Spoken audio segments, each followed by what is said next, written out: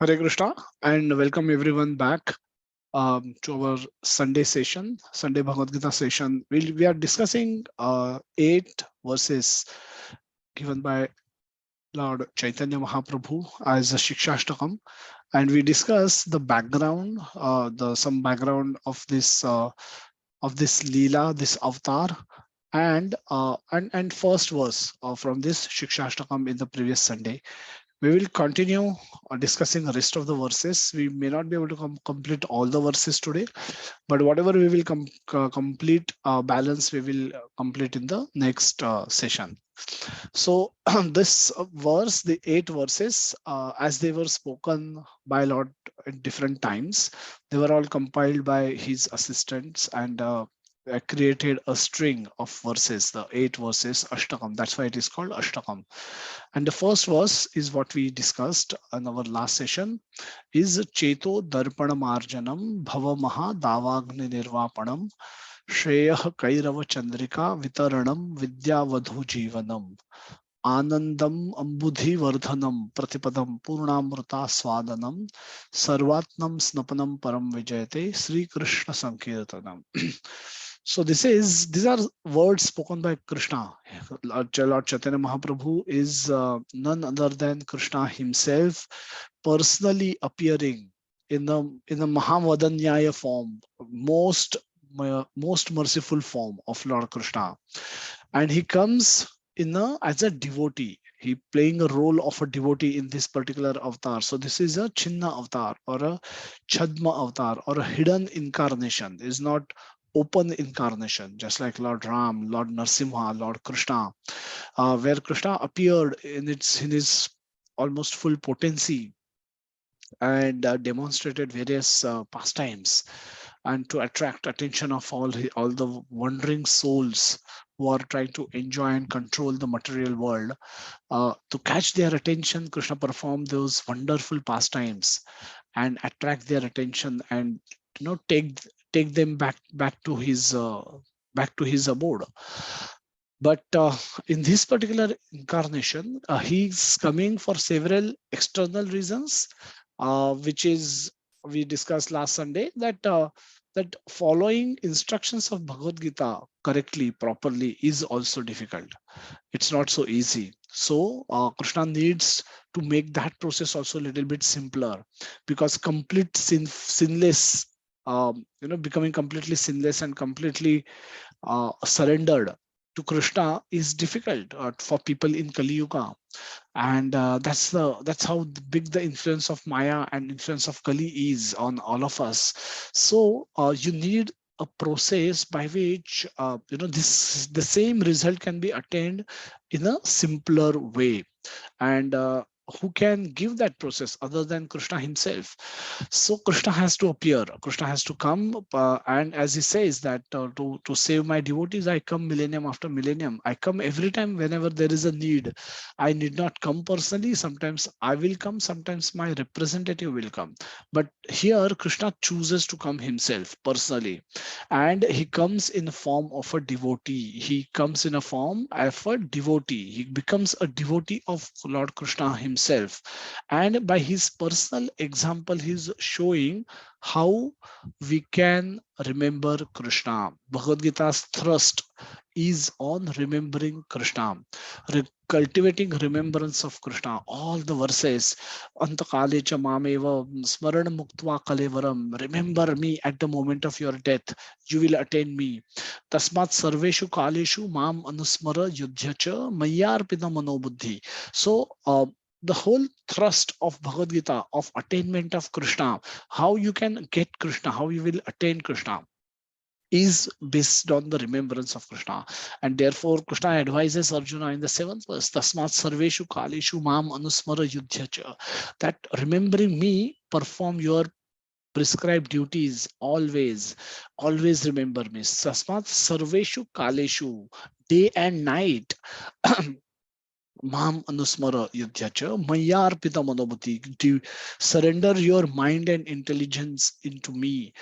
invest your mind and intelligence into me, so that make me the object of your mind, the most precious, the most valuable object of your mind should be me, nothing else. And that and the same theme continues, ananya chetaha satata yomam smarati nityashah. Again, the thrust is on remembering Krishna ananya cheta, without deviation and always.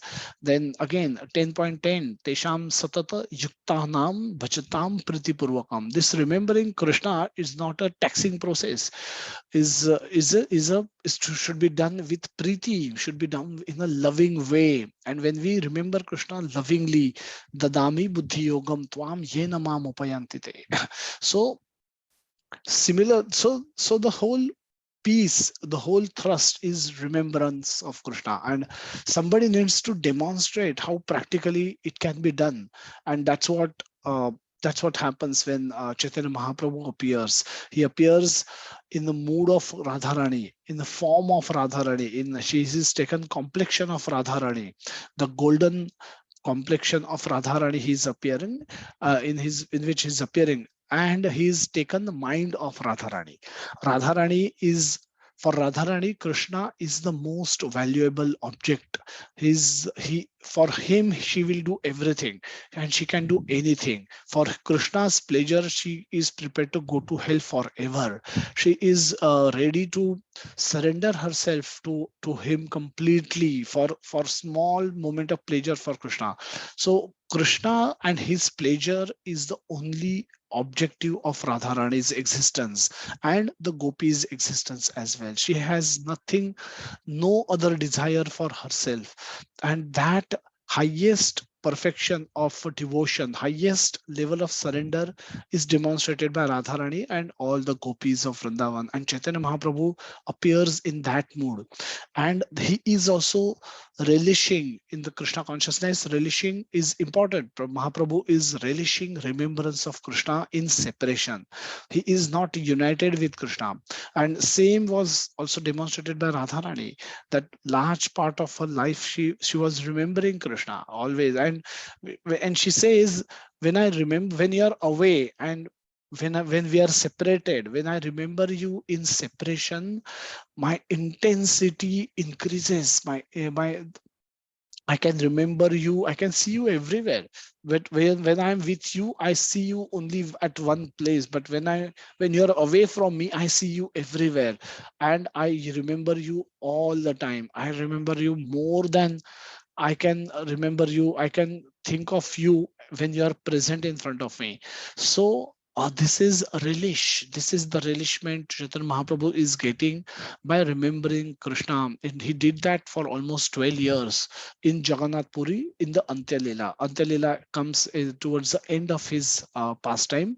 The last 12 years of his pastime, he spent a lot of time. He spent most of his time discussing Krishna Katha with intimate associates like Swarup Damodar and Ramananda Rai, and discussing various philosophies of Bhagavatam, Srimad Bhagavatam, various pastimes from Srimad Bhagavatam, various pastimes from Govinda Geet and other literatures with that were written by prominent devotees of Lord Krishna. And Mahaprabhu will discuss endlessly those scriptures and relish the nectar of those purports, and that way cultivating, constantly remembering Krishna and relishing this remembrance in separation. So he speaks this particular beautiful verse, which is filled with um, all the metaphors. They're all metaphoric. It's very beautiful composition. The whole verse is beautiful composition, contains multiple metaphors, and each of those metaphors can be discussed for even one hour. For By many senior devotees conduct many lectures, beautiful lectures on these verses. But we tried covering whole verse in one session, and we couldn't do all justice to all the um, we can't understand, can't comprehend fully what Mahaprabhu has spoken. We can only understand how it has been described by our senior devotees, senior acharyas, and we can take clue from that, and we can I can explain you as I have understood, how whatever I have understood to yatha shakti I can try and explain you, and you can also hear and comprehend as per your understanding, as per your capacity as well. So but this is endless, this is ocean like nectar, and that's what Krishna says that Mahaprabhu says that Anandam Ambudhi Vardhanam. Ambudhi means ocean. And what kind of ocean? Vardhanam. This is ever increasing ocean. And Pratipadam. At every step it increases. And Purnamruta Swadanam.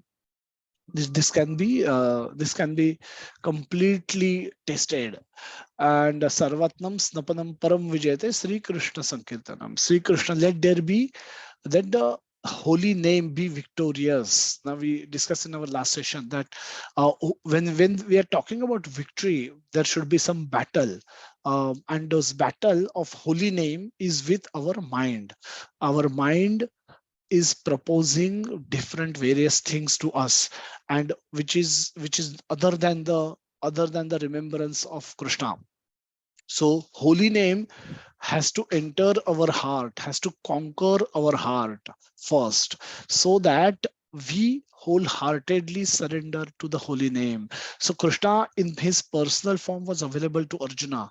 Krishna in form of deity is available to us, but easier than that is Krishna available to us in form of his holy name.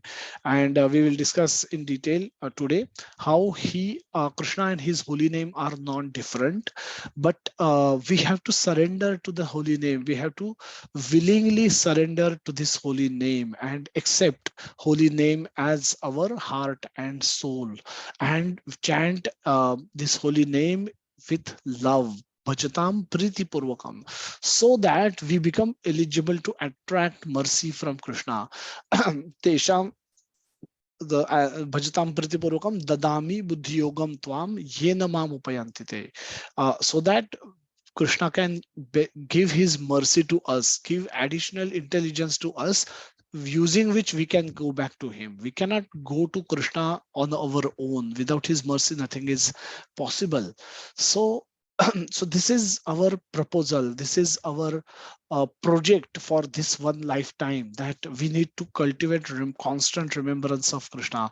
We need to let holy name win the battle with our mind, and we have to support, we should be on the side of the holy name. We want Krishna to help us win this battle, and for that we have to defeat our own mind who is proposing to do this, do that, do this, do that, eat this, taste this, touch this, smell this, eat this, and all of those. Wherever, when this is disconnect, when these actions are disconnected with Krishna, or are independent of Krishna, does not involve Krishna in any one of those things, then we should not be doing those things.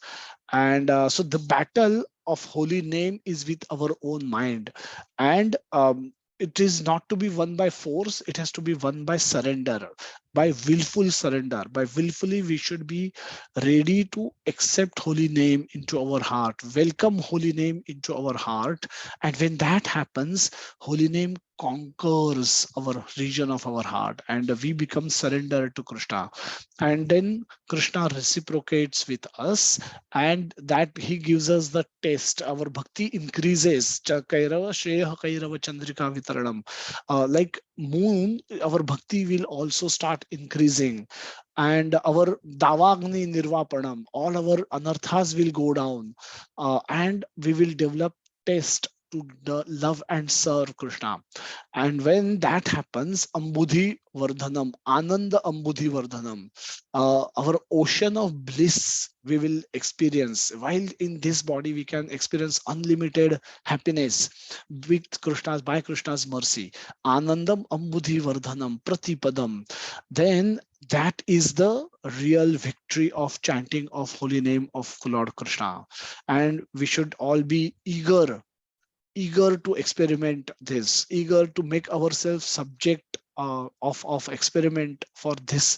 Prabhupada said, as also confirmed by Maharaj yesterday, in the, last message that we saw, give your one lifetime to Krishna, and you will never have to come back in this material world. Otherwise, if you'll not attain aprapyam man nivartante mrityu samsara vartmani. Krishna says in 9th chapter, third verse, that if you cannot attain Krishna, you are forced to come into this material world. There is no other choice to you. But and attaining Krishna is has become easy with the mercy from Lord Chaitanya Mahaprabhu. Because of his mercy, the process has become very, very simple. Prabhupada has given the four regulatory principles plus chanting of 16 rounds of holy name of Lord Krishna, combine together and engaging ourselves in devotional service. Some practical devotional service will is sufficient to ensure that we perfect our life in one lifetime and go back to Krishna at the end of our lifetime. Maharaj in his last address assured that he's going to be there, he's going there. He says, I have no fear. Now, I have no fear. I have no fear is the statement coming not because of the absence of factors which cause fear. What are the factors which cause fear? When we see death in front of us, we will be fearful. We should be fearful. All of us will be fearful. But Maharaj was seeing death right in front of him, but he was not fearful. When we have physical pain, we become troublesome. We don't like it. We become uncomfortable. The Maharaj was going through immense pain in these last many days, many months rather. He was suffering from cancer. So there's this last stage, he was going through extreme pain, unbearable pain, unimaginable pain, and he was giving classes. He was holding discussions with various sannyasis who were coming to visit him. And so they were not telling him to remember Krishna. They were saying, you will go to Krishna, put in a good word for us, that when our time will come, Krishna should give us his mercy so that we will also come back to him. And that's what he confirmed, that I will be waiting for you to come to the other side. Uh, and that's the powerful message that last powerful message that he delivered before he left his material world and went back to the spiritual world on the 9th March. So the cleaning time is now. Why to postpone it for our next life? Where what guarantee uh, we have that we will have a devotee by life in the next birth? Uh, what guarantee, what kind of karma that we might be having in our store?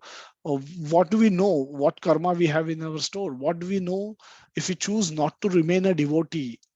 Then what consciousness we will leave our body in? Could be like Bharat Maharaj, who would be thinking of, who left his body thinking about a deer and became a deer. But I mean, he was such an advanced devotee that he could retain his remembrance of previous birth. But what is our state? What is our chance? So why take chance? Don't postpone. Don't postpone. Let's keep reminding each other not to postpone Krishna consciousness to the next birth. Don't postpone. Consider, make this to be your top priority for this one lifetime, and you don't have to come back to the material world again. That's what Prabhupada has guaranteed. That's what all acharyas, senior Vaishnavas, sannyasis, they are guaranteeing. That's what Krishna guarantees. That's what Chaitanya Mahaprabhu guarantees. So if we could just do these basic things, chant 16 rounds, follow the four regulatory principles, uh, engage yourself in devotional service, remain in connect with devotees who will keep reminding you to do this all the time, every time, in your good moments, in your bad moments, in your ugly moments. When you do this, this is what this then you make yourself eligible to attract Krishna's mercy. And Krishna's, once you get Krishna on your side, nothing is impossible. Then the going back to Krishna is very, very easy. It's like crossing water which is accumulated in the hoof of a calf. छोटे के काफ के पैर पद चिन्ह में जितना पानी भरता है, उसको क्रॉस करना जितना आसान है, वैसे you will be able to cross this ocean of misery. And so this is where we are. We'll discuss second verse today. Again, all the verses are very beautiful. So this is again very frequently quoted verse by many acharyas in many on all the occasions. So for the glory of holy name, that holy name will conquer your heart, and then what it will do, uh, that will be now explained by Mahaprabhu in subsequent verses. But at this in this particular verse, he's expressing a different mood. Let's see what he's speaking. नाम्नाम अकारि बहुधा निज सर्वशक्तिस् तत्रर्पिता नियमितः स्मरणेन कालः एतादृशी तव कृपा भगवन् ममापि दुर्दैवं मीदृशमिहा जनिनानुरागः. नाम्नाम akari, the holy names, holy name of the Lord. Namnam, there are many holy names of the Lord.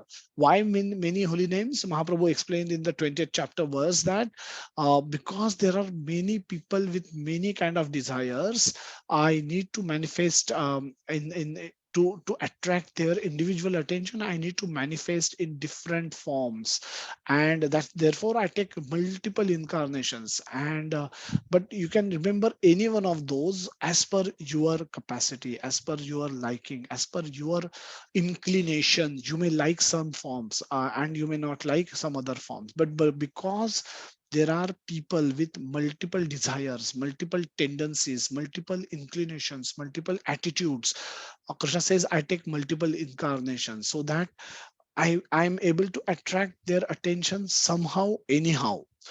One of those forms can be attractive to them, and thereby they will become inclined to perform devotional service to me and cultivate a desire to come back to me. So therefore, Nam Akari. Akari is manifest. I manifest in my names. There are multiple names, and I manifest in each of those names. Bahuda is many. Sarva Shakti. I am invested my Shakti, Sarva Shakti, all my potencies in my holy name. That's what it means. And Satrarpita Niyamita Smaranena Kalaha. There are no rules and regulations for chanting of this holy name. In the 20th verse, in the 20th chapter, there is a verse where Mahaprabhu explains this further. What does it mean? Niyamita Smaranena Kalaha. That any time, place, circumstances, there is no restrictions. You can chant Hare Krishna Mahamantra anywhere, anytime. And there are no rules and regulations also. Now, what rules typically are there? And Mahaprabhu explains by giving example of eating and sleeping. That Shastric injunctions, Shastric verses, ruchas are supposed to be chanted, or Gayatri, or there are many Shastric verses which can only be chanted in a particular by particular purification of oneself. It cannot be chanted while eating. Eating is considered to be not a very pure activity. So eating and sleeping, especially when we sleep, we go in tamoguna, and when we wake up, we are not supposed to chant these mantras. But there are no restrictions for chanting Hare Krishna Mahamantra. You can chant them in these situations also. While eating also, we before eating we Mahaprasade Govinde, we chant Krishna's name, and we can discuss Krishna Katha. That's also remembrance of Krishna. In sleeping, Arjuna used to chant Hare Krishna Mahamantra. He used to chant Krishna, Krishna, Krishna, Krishna all the time. And gopis so lost their sleep because of Krishna. He said, if we forget Krishna, give us little forgetfulness of Krishna so that we can sleep and we can carry out our daily duties towards our families. So they were worried they were in the other extreme. They were performing austerities once because they wanted to forget Krishna. Now we are trying to remember Krishna. They are trying to forget Krishna. They are in other extreme of the devotion. Therefore, they are known as topmost devotees of Lord. Then Tava Kripa Bhagavan Mamapi Durdaivam Midrishamiha Janinanuраga. Anurag means attachment, and na anuraga is no attachment. No attachment. I'm Durdaivi. Durdaivi is I'm so misfortunate, unfortunate that I have no attachment to this holy name. We'll see the translation and we'll discuss this particular beautiful verse a little bit in more detail. My Lord, Supreme Personality of Godhead, in your holy name, there is all good fortune for the living entity, and therefore you have many names such as Krishna, Govinda, by which you expand yourself. You have invested all your potencies in those names, and there are no hard and fast rules for remembering them. My dear Lord, although you bestow such mercy upon the fallen conditioned souls by liberally teaching your holy names, I am so unfortunate. I commit offenses while chanting the holy name, and therefore I do not have attachment, do not achieve attachment for chanting.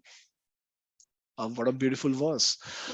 So, uh, again, Mahaprabhu is now there are two comparisons. There is a this is again a verse spoken with oneself. It's a reminder to our mind, and when we are talking to our mind, we are talking it in comparison with the mercy that Krishna has given. That Krishna has been so much merciful to me, and I am so unfortunate. I'm still not able to develop attachment to chanting his holy names. I'm not able to get attached to remember Krishna. I'm not attached to Krishna. I'm not able to remember Krishna. And this despite of the fact that how much merciful Krishna has been to me. So Krishna, there is a comparison that how much mercy Krishna is giving me and what am I offering it in return. What am I supposed to give? I'm only supposed to give remembrance to Krishna. Like when we stand in Ganga, we give arghya. We take water of Ganga and offer it to Ganga.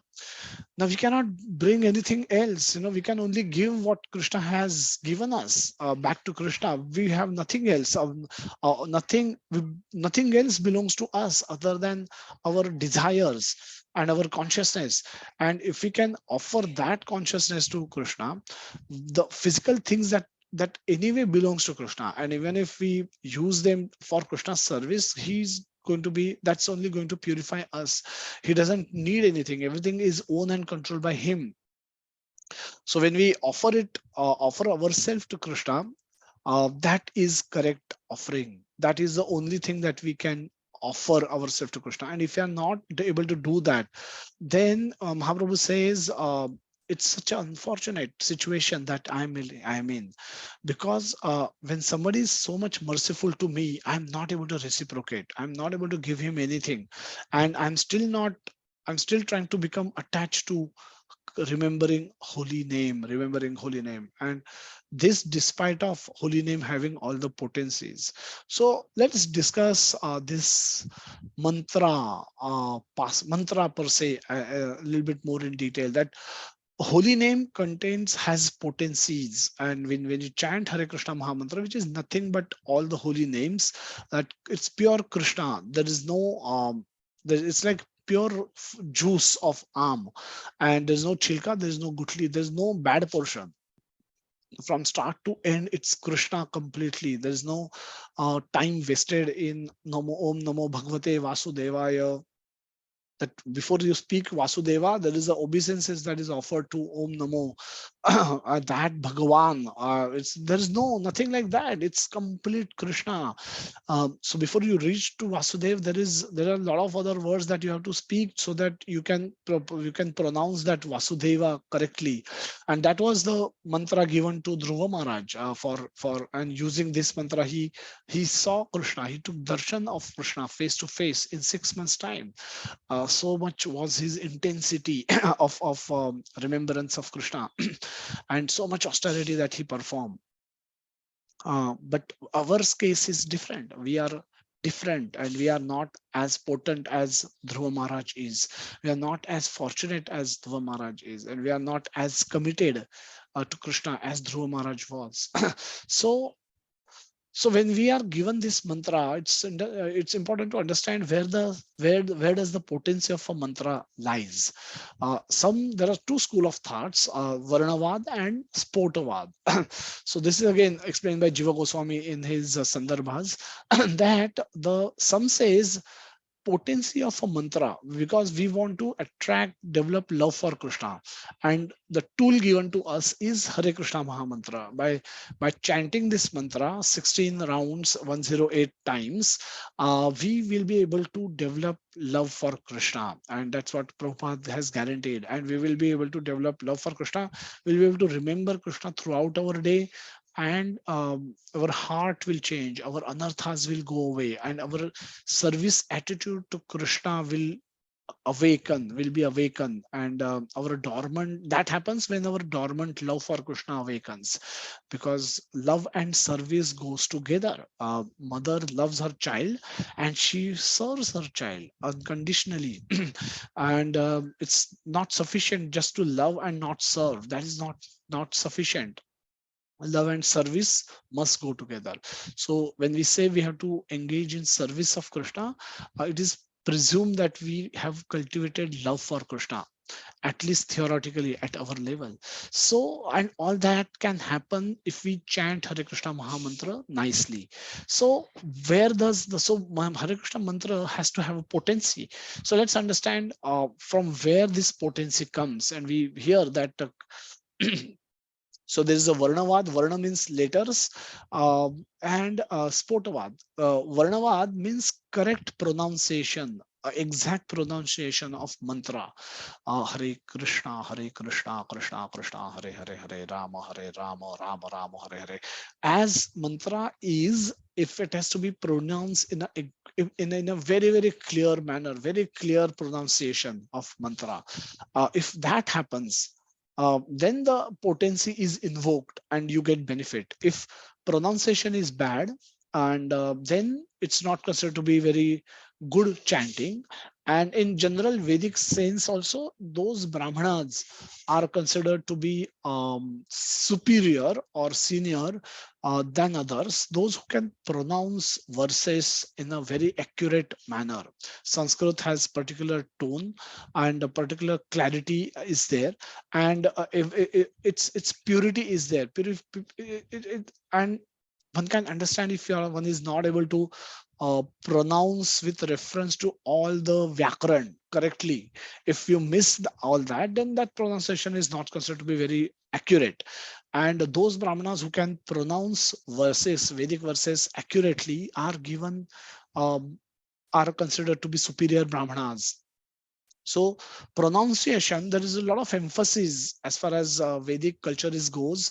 A lot of emphasis is given on the pronunciation, and at our level also, we hear from everyone, all senior devotees, all acharyas, always speak. They harp on pronunciation. Clearly pronounce Hare Krishna Mahamantra very clearly. Pronounce Hare Krishna. Krishna should come very clearly. Hare Rama should come very clearly. And you should hear this. So pronunciation, a lot of emphasis is put on the pronunciation. But there is another school of thought also. For example, Sutta Goswami. When Sutta Goswami, Shaunaka Rishi and others were requesting him to speak Bhagavatam, in the first canto it comes that a lot of his qualities are described, that how good he was and what all good qualities that he had, that made him a perfect speaker of Bhagavatam. But one of the one of the quality, or one of the missing quality in Sutta Goswami, was that he was not very perfect in chanting of mantras. But that was not considered to be a disqualification, and that was not given so much important even in those 5000 years back, in the Vedic time also. That was not given a lot of importance, and they still considered Sutta Goswami to be perfect acharya to speak Bhagavatam. And all thousands of sages assembled in the forest, they heard Bhagavatam from Sutta Goswami, as he had heard from original speaker, Shukadev Goswami. So what they mean is, the pronunciation is accurate pronunciation, accurate recitation of verses is important, but it is not all important. What is more important is if you can understand the philosophical meaning, tattva behind it, then that is sufficient. So so pronunciation, if that is good, great. But even if it is not good, as long as you understand the tattva, the meaning, the philosophical understanding of that verse, of that mantra, it will still have a desired effect on the consciousness. Now, both are partially true for Hare Krishna Mahamantra.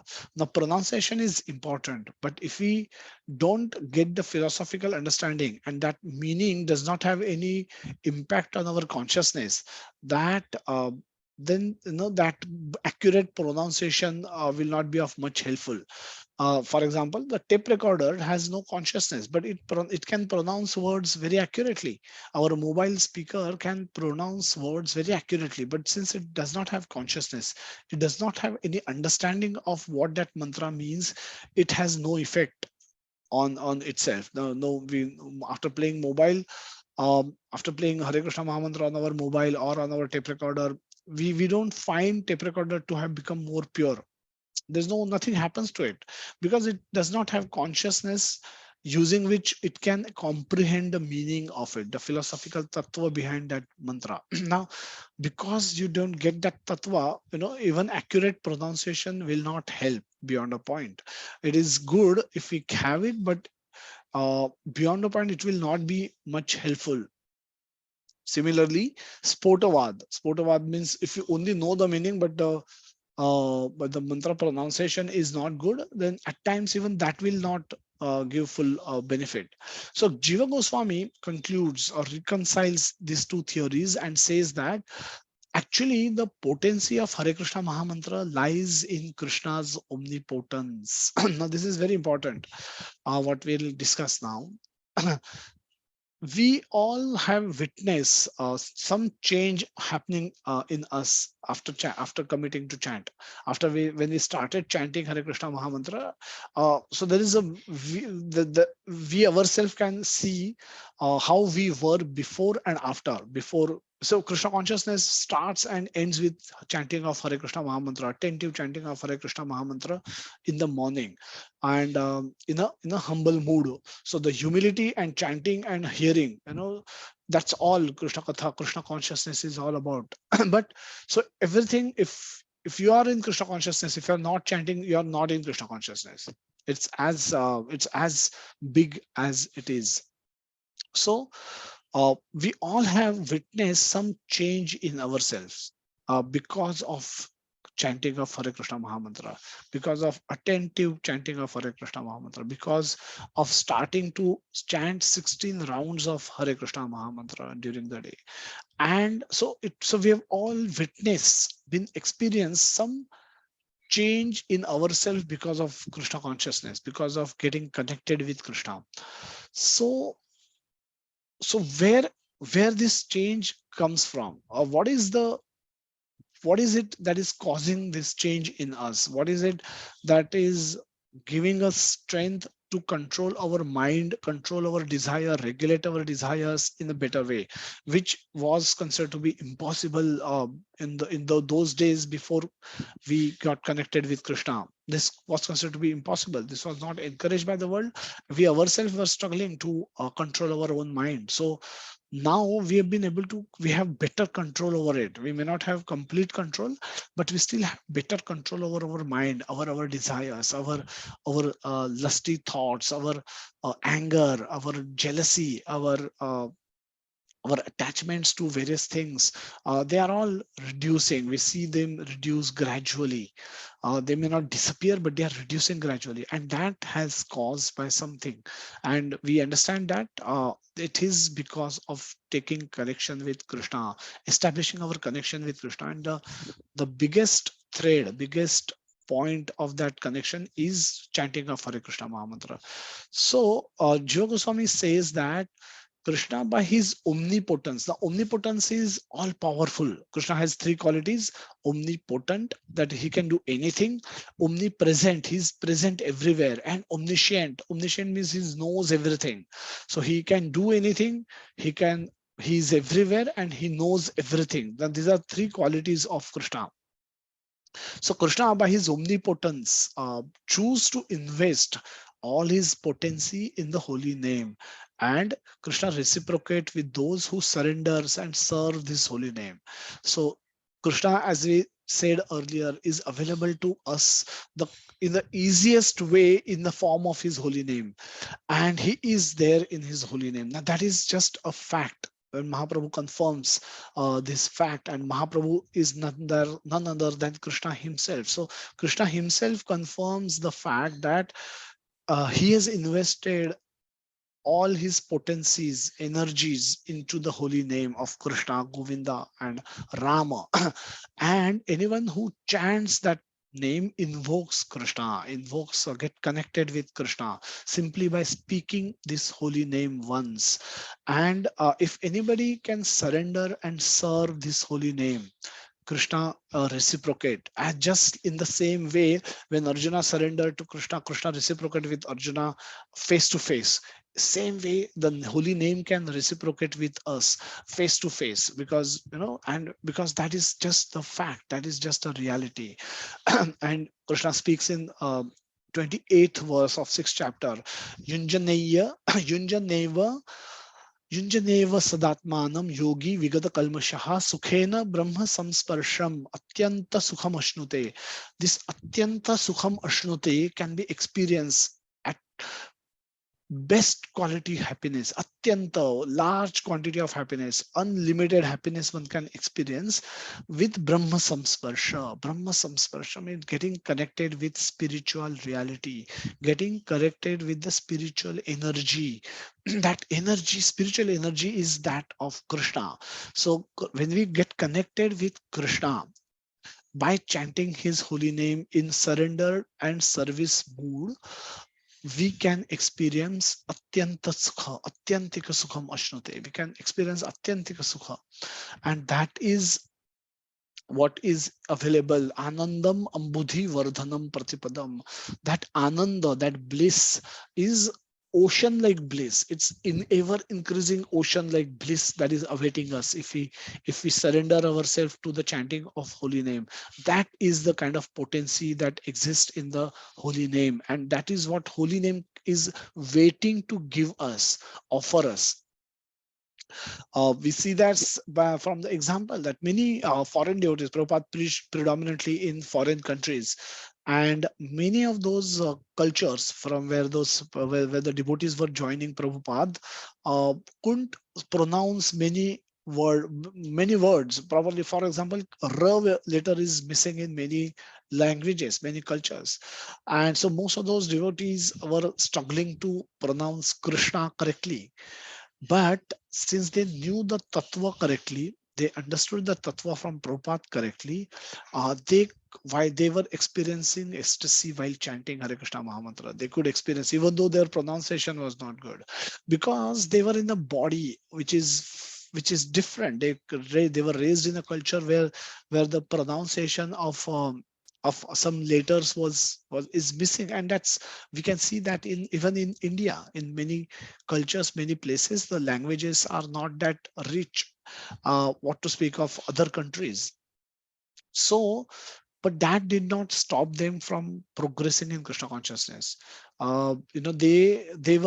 They were advancing in Krishna consciousness by simply surrendering and serving this holy name. They were having full faith on the Krishna, had full faith on Prabhupada, and with commitment, they took up to the chanting of Hare Krishna Mahamantra with 16 rounds, and then served Prabhupada in his mission, and they experience ultimate happiness, they experience ecstasy. And that is the proof that that is the proof that the potency of mantra lies in the omnipotence that is invested by Krishna into the mantra. So Krishna and his holy name are not different. However, this omnipotence is not perceived by everyone. Why?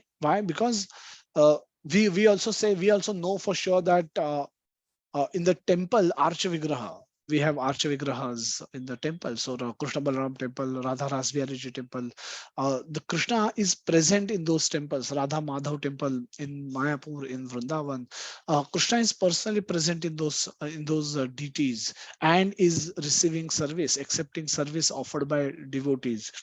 Now that is just a fact. However, that fact is cannot be pursued by each and every person who comes to the temple. For them, uh, they will look at deities as as marble deities, or a black marble deity, white marble deity, decorated deities. They will look at all the jewels which are the dress color of the dress of the Lord, jewels which are the given to the offered to the Lord, what fruits is offered, what bhoga is offered, how the decoration looks like. Now they will see everything with material eyes. They will see only material things, but they will have no potency, no capacity to see Krishna being standing in front of them. And they will not, because they don't have that capacity to see Krishna, they will not get the awe and reverence that one should have when we stand in front of any such great personalities. Suppose we are standing in our in front of our child, our children, our family, and we stand in front of our boss, and we stand in front of a Prime Minister of India. Now, we might be standing in these three places. Every time our posture will change. With our family and friends, we'll be very relaxed. In front of our boss, we'll be very formal. In front of a Prime Minister of India, President of India, when we go and stand in front of them, we will have awe and reverence. We will not be casual. We will have that knowledge that I'm standing in front of the most powerful person in the country. And so that brings automatically awe and reverence, and that respect and consciousness changes. So the people, those who visit temples, they are not able to perceive Krishna's presence there. But who can perceive? Those devotees who serve Krishna nicely, they can perceive. Pujaris are the best example. So pujaris often uh, confirms that Lord reciprocates with them. And many deities, many ISKCON deities, many pujaris have these experiences. And so it's very common for them. They don't think anything great about it. They consider it to be Lord's mercy that the Lord want to reciprocate with them. Is considered to be Lord's mercy. It's considered to be Lord's prerogative. It's His choice. It's not that the service is good. It's not a testimony of good service. It just should give you commitment, make you more committed to render service. That Lord has chosen to reciprocate with you, so now you better serve Him with more commitment, more dedication. So there is reality, and then there is experience of that reality. Both need to match always for everyone. So as a devotees, we should also get this experience of omnipotence of Krishna. And we get it when we faithfully surrender and serve to this holy name, and then the holy name can manifest its glory upon us, and we can experience, then experience can come. We can get spiritual experiences, spiritual we can experience spiritual happiness by Krishna's mercy. So reciprocation comes when Krishna see our sincere effort, which is externally visible, and sincere intent, which is internal consciousness, to develop love and service attitude towards Krishna. This is internal consciousness. Srila Prabhupada said on many occasions that these same very deities will talk to you if you serve them nicely, else they will be mere stones. So this is the uh, this is about the beautiful verse that tell us that compare how merciful Krishna has been and how unfortunate we are. And our misfortune is Mahaprabhu is expressing his how unfortunate he is that he does not have yet developed attachment to remember Krishna. He is not, but that was not for himself. He was speaking for Kali Yuga people like all of us, that we don't have sufficient attachment to remember Krishna. We are not yet attached to Krishna, and Mahaprabhu want us to get attached to Krishna. Therefore, he speaks this verse. And the other side effect of this remembrance of Krishna, cultivating remembrance of Krishna, is who can remember Krishna, and what are the side effects of nice chanting is humility, which we will see in the subsequent verse. Trinadapi sunichena taroriva savishnuna amanina manadena kirtaniya sadahari. Another beautiful verse, the Trinadapi sunichena, the Trina lower than the blade of grass. and taroriva sahishnuna, tolerant like a tree, not expecting any respect. Amanina manadena. No, amanina means not expecting any respect. Manadena is giving all respects. Kirtaniya sadahare, always remaining absorbed in chanting holy, chanting name of Lord Hari. What a beautiful verse. We'll see the translation. The one who think of himself lower than the grass, humble or humility, who is more tolerant than a tree, and who does not expect personal honor but is all prepared to give all respect to others, can very easily always chant the holy name of the Lord. Now these are the symptoms of one who chant Hare Krishna Mahamantra. Although he is not very exalted, he think himself lower than the grass on the ground, and like a tree he tolerates everything in two ways.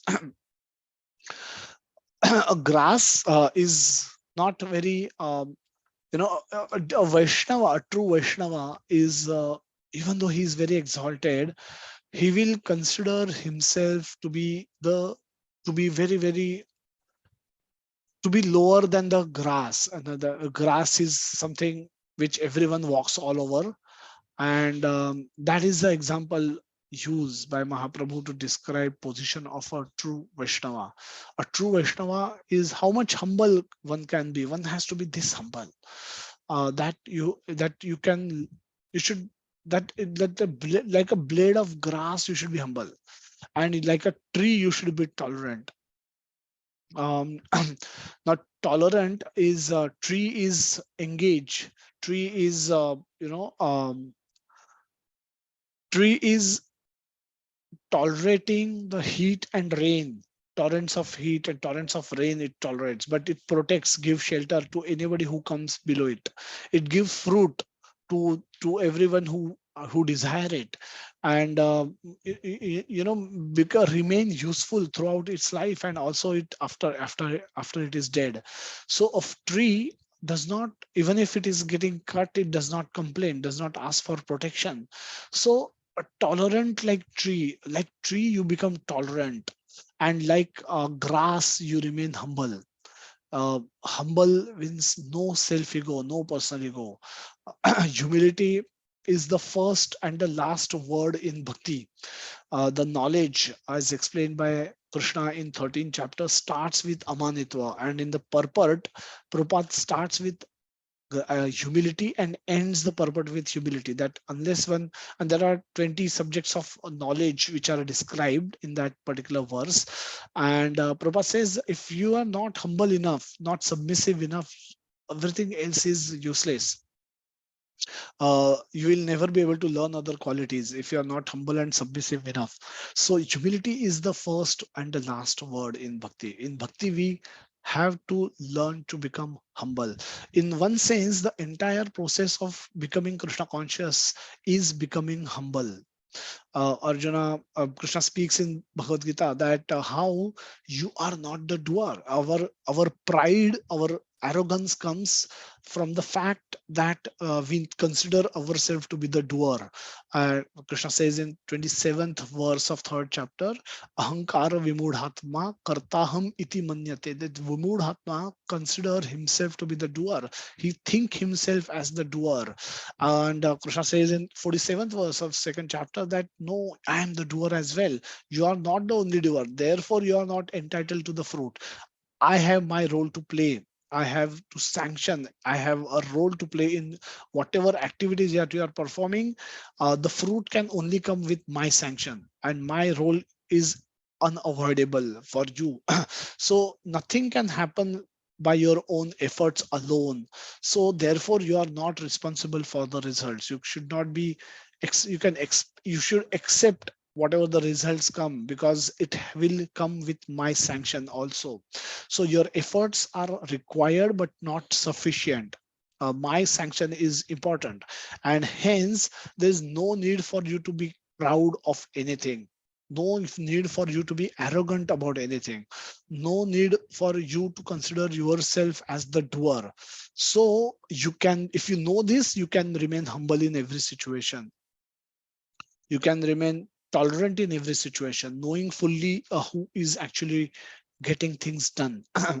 So these are symptoms of one who chants Hare Krishna Mahamantra. When you get connected with Krishna, these qualities will develop into you.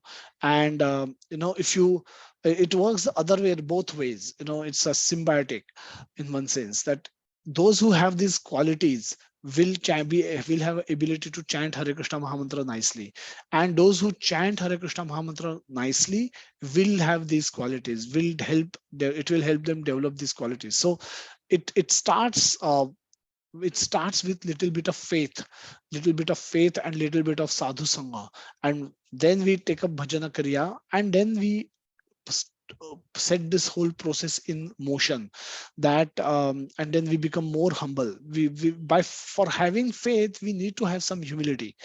What is the faith? Faith is that somebody else knows something more than me, and thereby we inquire. Therefore we go to sadhu and inquire, go to a devotee and inquire.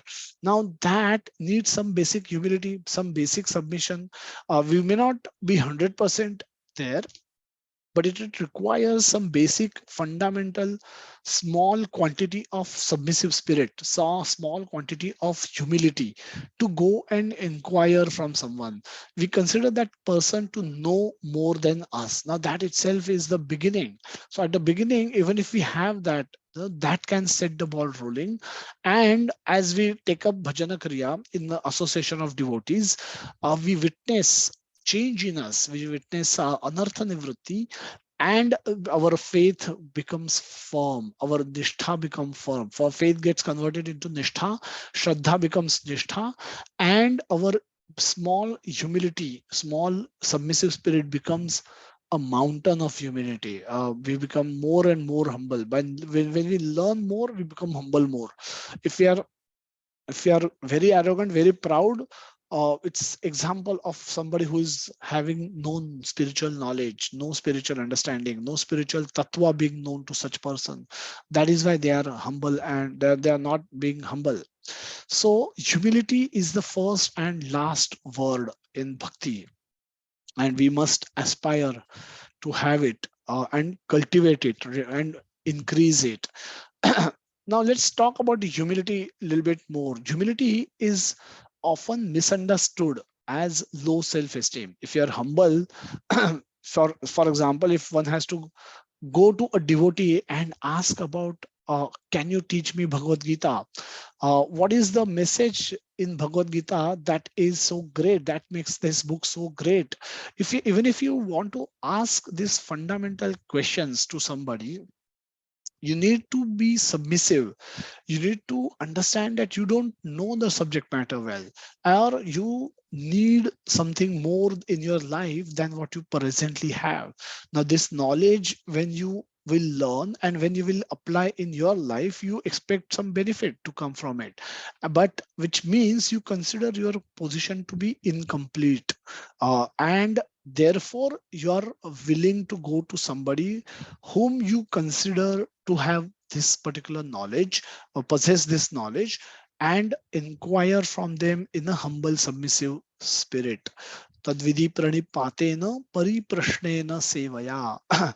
So this has to happen, and for this to happen, you have to have basic humility, basic level of humility. So it is not low self-esteem. Humility is also not uh, self pity. Self pity means we consider ourselves to be bad. I'm bad. I'm good for nothing, and we keep repeating these these sentences in front of other people, and eventually we may start believing in these sentences, that self pity, I'm good for nothing, I can't do this, I can't do that, I can't write, I can't speak in public, I can't sing in public, I can't dance in public, I can't talk in public, I can't do anything, I can't cook properly, I can't dress properly, I can't read properly. I'm this A lot of people have this tendency to speak negatively about them. Now at times they may, and this is not humility. This is not humility. I don't speak Krishna about Krishna because I consider myself to be great speaker.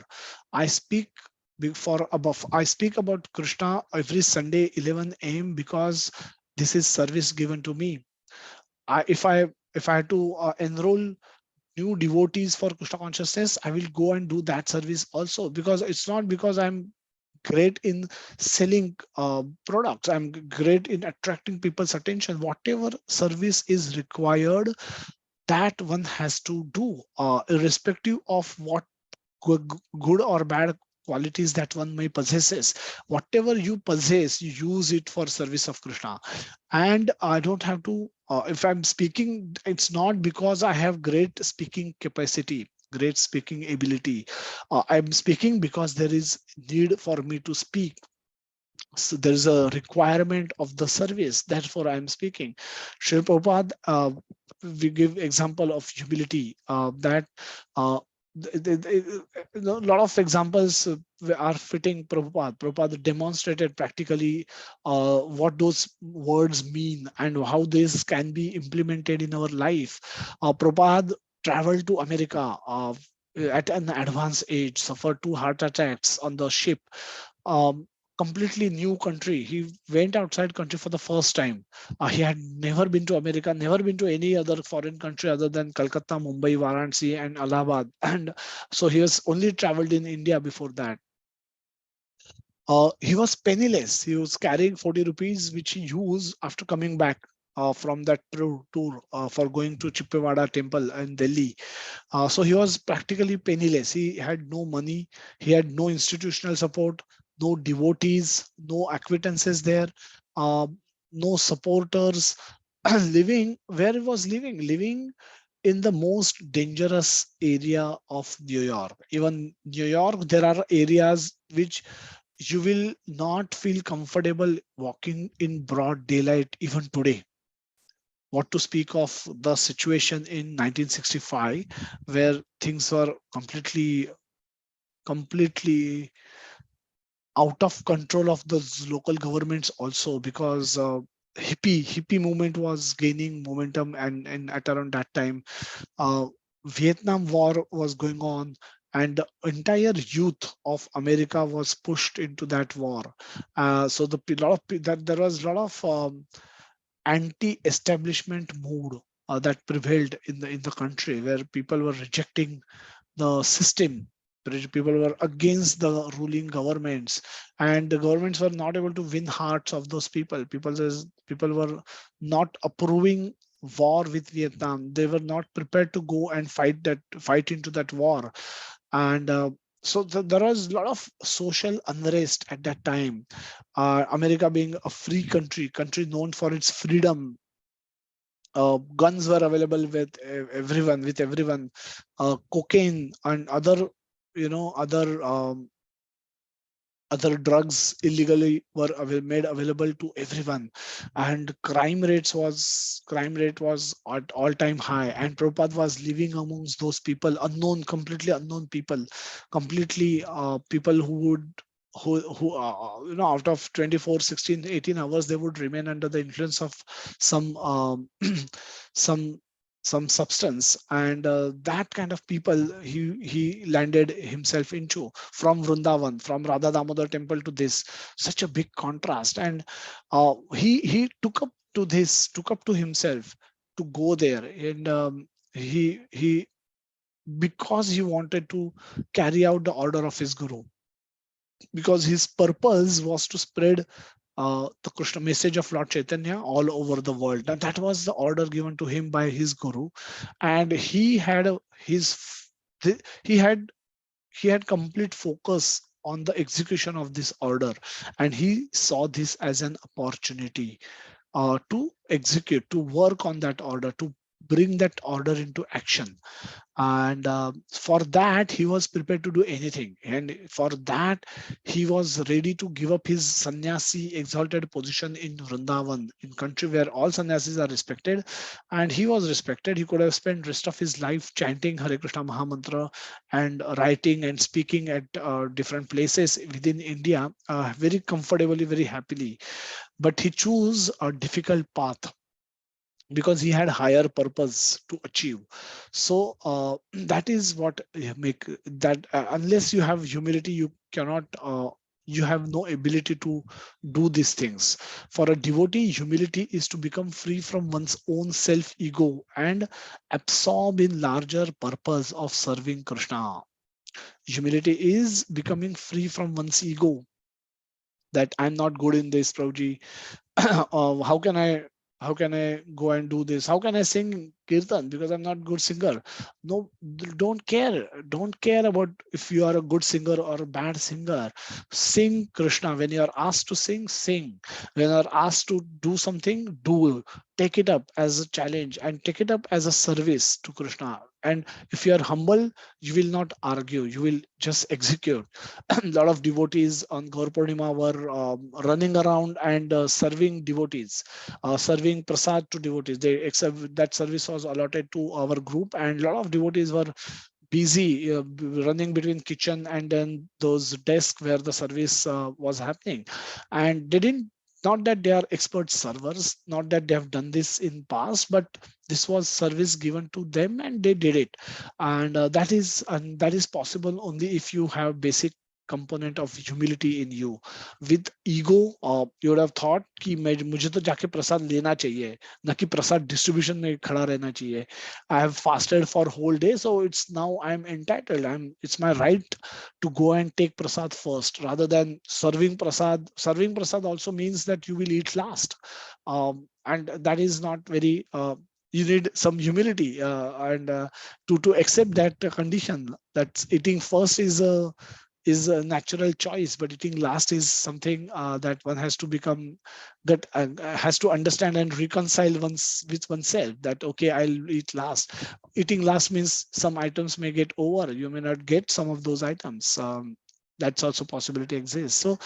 So that is the humility for a devotee, becoming free from one's ego and then absorb in the larger purpose of serving Krishna. Whatever is required for the service of Krishna, devotee should be prepared to do it by keeping his ego aside, by keeping his knowledge aside, by keeping his uh, arrogance aside. So in the practical sense, we become arrogant and proud with achievements and stress and disappointed, discouraged with failures. Why it happens? It comes with the whatever achievements that we get in our life, whatever nice bodies we might be having, nice healthy bodies, good looking bodies that we have, nice education that we must have attained, nice wealth we must have accumulated, nice cars we must have purchased, nice homes we must have decorated. Now all that comes with mercy of Krishna. None of those things can happen only with our endeavor, and without mercy of Krishna nothing can happen. When we don't have that knowledge, we become arrogant, we become proud of our achievements. But if we have this knowledge which comes from Bhagavad Gita, fundamental study of Bhagavad Gita, we become humble. We become humble despite of having everything, despite of being advanced. A Vaishnava always remain humble. So in that way, with the knowledge that everything is available because of Krishna's mercy. Failure, what when failure comes, also due to the sanction of Krishna, and we must accept failure in humbly, knowing that that is the will of Krishna, and it's a fruit of our bad karma and the sanction of Krishna. It's combination of both. So my bad karma was there, and my bad karma. Why will Krishna negate my bad karma? He will need to give me punishment for my bad karma so that I learn my lesson. I may change my consciousness. I change my choices, and don't indulge in the same problematic actions again in the current life. So we should accept every situation, every fruit uh, that we get of our actions, whatever outcomes that we experience, we should accept them, mitigate it, accept it, mitigate it. Mitigation means do best what you can to improve the current situation. Whatever situation you may land in, you can do something. If you can do something in that situation to improve it, please do it. That is mitigation. And then tolerate it. Tolerate is the last option, not the first option. But when everything has all your options are work, worked upon, then whatever remains, you have to tolerate it. It can be, there could be physical sicknesses that we may all experience from time to time, and at times we may, uh, you have to accept the situation, you have to mitigate, try and go to the best possible doctor as per your capacity, and try and get the best available treatment as per your capacity. But once that happens, the solution may not come overnight. You may not become better, uh, come out of that sickness tomorrow. And so there is a lot to tolerate as well. Even if we try and mitigate it, after that we have to tolerate it, and tolerate it and continue to find ways and means to serve Krishna in every situation. Now that's what Prabhupada did. Prabhupada had nothing in America, but except for his desire to serve Krishna, he had nothing. And he never lost this desire to serve Krishna. He was always working on how best I can serve Krishna in the given situation. If I don't have money, what I can do. He was very resourceful. So he was using his ideas. He was bringing up different ideas. So he started Bhagavad Gita classes. He started Sanskrit classes initially, which he converted it into Bhagavad Gita classes on Monday, Wednesday, Friday.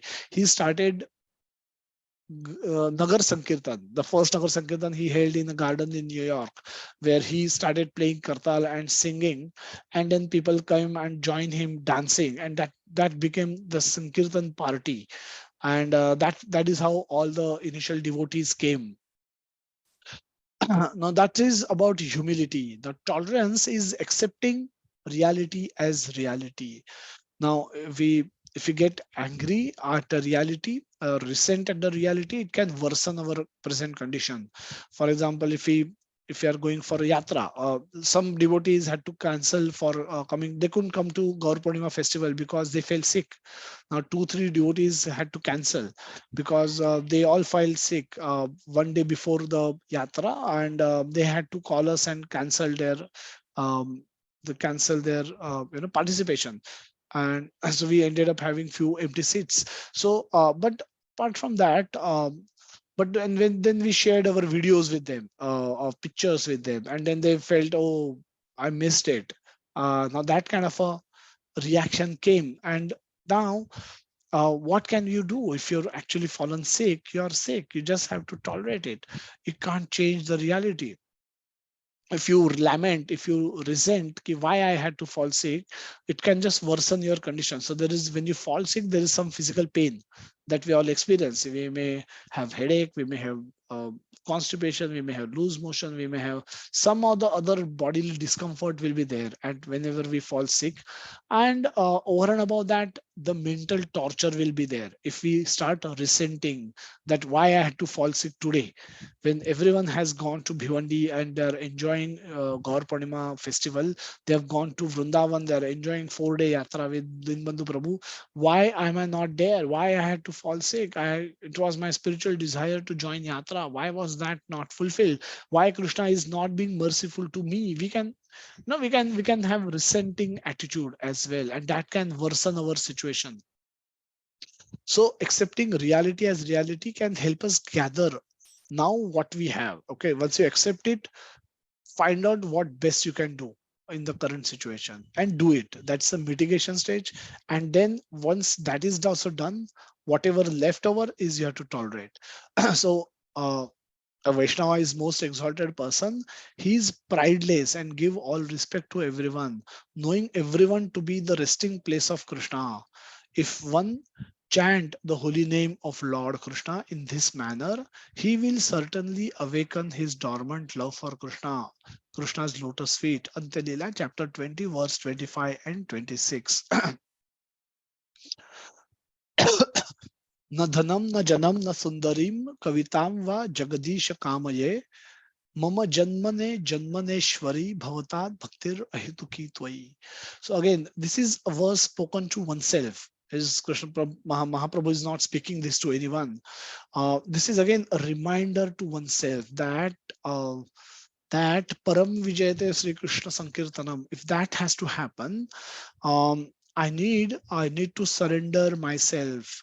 willingly to the Harinam Prabhu, to the holy name, and I need to let holy name conquer my heart. And it will have some side effects that my unwanted desires will go away. I will become peaceful. I'll become happy. I'll experience joy. I'll experience unlimited happiness.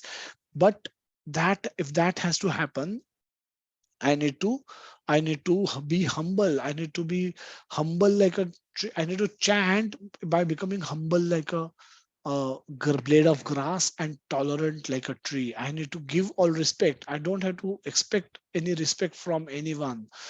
now now these are all big qualities, and if one happens to follow all this in the and again, this cannot be done by practicing bhakti alone, in the four walls of our home, or wherever we are.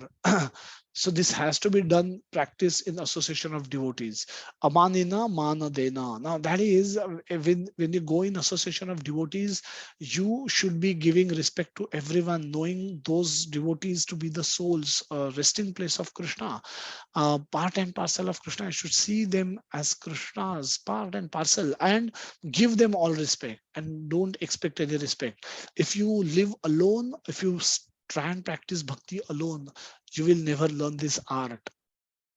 And so devotee association can make us humble, can keep us humble, can help us remain and become humble, become and remain humble forever. And devotees will correct us, give us corrections whenever they find any slightest pride in us, slightest arrogance in us, so they will immediately correct us. And they can see through us, and they can point out our errors. And hence the devotee association is so critical. Once once this is done, this is what a devotee should aspire. Na dhanam, na janam. Janam means, the dhanam means no wealth, not opulences, no wealth. Devotee is not desiring of opulences or wealth or followers. One does not want to increase the followers on the Facebook, or the how many likes I get after sending every message. My bhakti is not dependent on that. Na sundarim, na janam, na sundarim. Na Neither I desire of a beautiful woman, a beautiful wife, kavitam. I don't aspire for beautiful words spoken about me by people. Va jagadish kamaye. I don't want to become god of the world. And mama janmane janmaneshwari bhavatat bhakti rahituki. Then if I'm not aspiring for all this, remember the whole world is aspiring for all this, and a devotee says I'm not aspiring for all this. Na dhanam, na janam, na sundarim, na kavitam, na va jagadisha kamaya. I don't have any such desires for all these things. Then what am I desiring? I am desiring mama janmane janmaneshwari bhavatat bhaktir ahetuki tvai.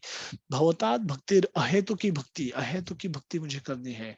Unalloyed devotional service, unmotivated devotional service is what I am desiring to perform birth after birth, O Ishvara. That birth after birth, I want to serve you, O Lord, without any motivation. Ahetuki bhakti. What a beautiful verse. O Lord of the universe, I do not desire for material wealth, materialist followers, a beautiful wife, or creative activities described in flowery language.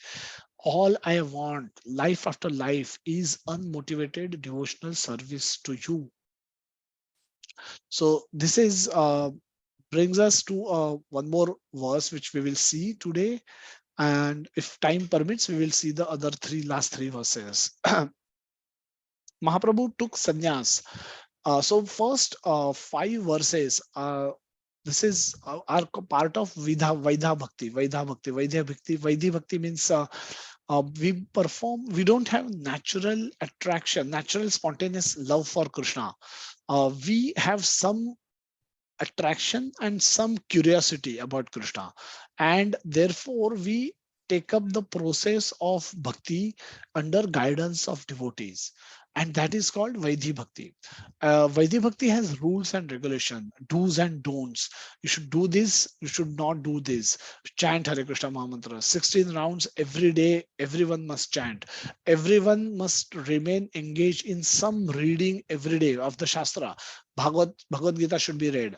Bhagavatam should be read. Chaitanya Chatamrit should be read. So create some structure for your bhakti, just like how we create structure for our projects or for our work, for our businesses, um, for our study. We create structure. We don't do unstructured work. Similarly, we should have structure for our bhakti. We should have morning time dedicated for chanting. Evening time can be dedicated for reading, and during day we should be engaged in eating prasad and offering, talking to devotees, offering associating with devotees to the extent possible, to wherever, to the extent possible given our work related aspects. And we should aspiring to serve devotees. Our family, we should see them as devotees, and we should aspire to serve those devotees. The second part, from fifth verse onwards, the Mahaprabhu's mood is going to change, and therefore we're using different pictures of Mahaprabhu. This Mahaprabhu's pictures are from his sannyas ashram. After he takes sannyas, and then he travel for about 6 years to South India and North India. He preach aggressively. He visit different places, and he meet people. Converts people. He discusses Krishna Katha for converting people from Mayavadi to Bhakta, to devotee, to make devotees. And he's very aggressive in preaching. He's He's talking about Bhagavatam, he's talking about Bhagavad Gita, he's discussing Brahma Samhita. He revived Brahma Samhita, he brings it back, documented it, and he's debating with people to convert them from being Mayavadi or being Nastik to the one who are believers of Krishna, accepting Krishna as the ultimate authority.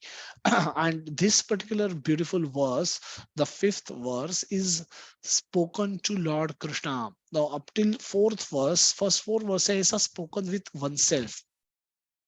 Mahaprabhu is giving instructions to oneself, that he's comparing the mercy of Krishna with what attitude I am having towards Krishna. And when he says that there is no anurag, in the second verse he says, Durdaivi midrashamaha janinanuragaha. There is no, I have no attachment. I am not even worthy of receiving what I have received from Krishna. And despite of this knowledge, I am not able to develop attachment to Krishna's holy name, remembering Krishna's holy name. What a unfortunate situation I am in. How unfortunate I am. How can I become better? So Mahaprabhu is talking to oneself, giving instructions to oneself, and then says that, oh, become humble, become devotee, and become more humble, become better, more, perform more devotional service, and even become more humble. So there's no end to how much humble we can become, how much submissive we can become, how much tolerant we can become. There's no end to it. So as long as we have these bodies, these material bodies, we have to learn the art of becoming humble every day, more than what we were yesterday. Become tolerant every day, more than what we were yesterday. And then our lifetime can be happy, a lifetime can be used in service of Krishna properly. And then after fourth verses, as if Mahaprabhu is now turning to Krishna, turning his attention towards Krishna and speaking to Krishna this particular beautiful verse, that, oh, Krishna, you are a son of Nanda Maharaj. I Nanda Tanuja Kinkiram. Kinkiram, I am your servant, insignificant fallen servant of yours. Kinkiram, Patita Mam, Patita, I am very fallen soul. Uh, Vishame Bhavam Budho, Ambudho. Ambudho word come again. Bhava Ambudho. So I'm fallen into the uh, ocean of Bhavasagar. Bhavasagar is horrible ocean of nuisance of material world. the sense or material world. I have fallen into this ocean. And so what is again he comparing? He's comparing, oh, you are so great, oh Krishna, and I am so fallen. I'm so fallen. Then what is the prayer? Prayer is Krupaya Tava Pada Pankaja Sthita Dhuli Sadrusham Vichintaya. Oh, please, oh Krishna, my prayer to you is, my request to you is, my petition to you is that please lift me from this material existence to the spiritual existence and give me a place of a dust particle, place as a dust particle at your lotus feet. Now, this is a prayer. This is a prayer that Mahaprabhu is offering to Krishna, a petition that he's making. Oh my Lord, oh Krishna, oh son of Nanda Maharaj, I am your eternal servant. Because of my creative activities, I have fallen in this horrible ocean of nuisance. Now please be causelessly merciful to me. Consider me a particle of dust at your lotus feet. This verse is a mercy petition to Lord Krishna asking for help. Mercy is required. Again, you need to have very humble. Unless you are humble, you will not ask anyone for help. So humility becomes continues to be the uh, continue the fundamental ingredient for a devotee.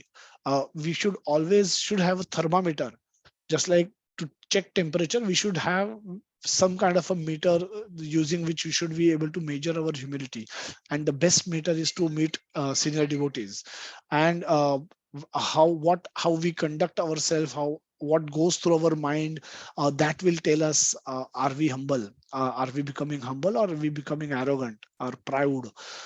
And so that check should happen every now and then, every daily if possible. So we should become humble. We should be humble. Then we will ask for help. We will petition to Krishna for help. So material consciousness and spiritual consciousness. What does it all mean?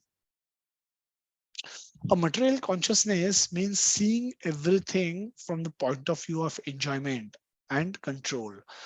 That I see a female, uh, I can fantasize. I can create a fantasy of how enjoyment, how that female body can be enjoyed. If I see any other object, I fantasize of my enjoyment with that object, or I fantasize controlling that object. Now, this is material consciousness. This tendency, the desire to enjoy and desire to control. If we have this vision, if we see the world with this vision, we are having a material consciousness. A simple example, see a mango and develop a desire to enjoy it.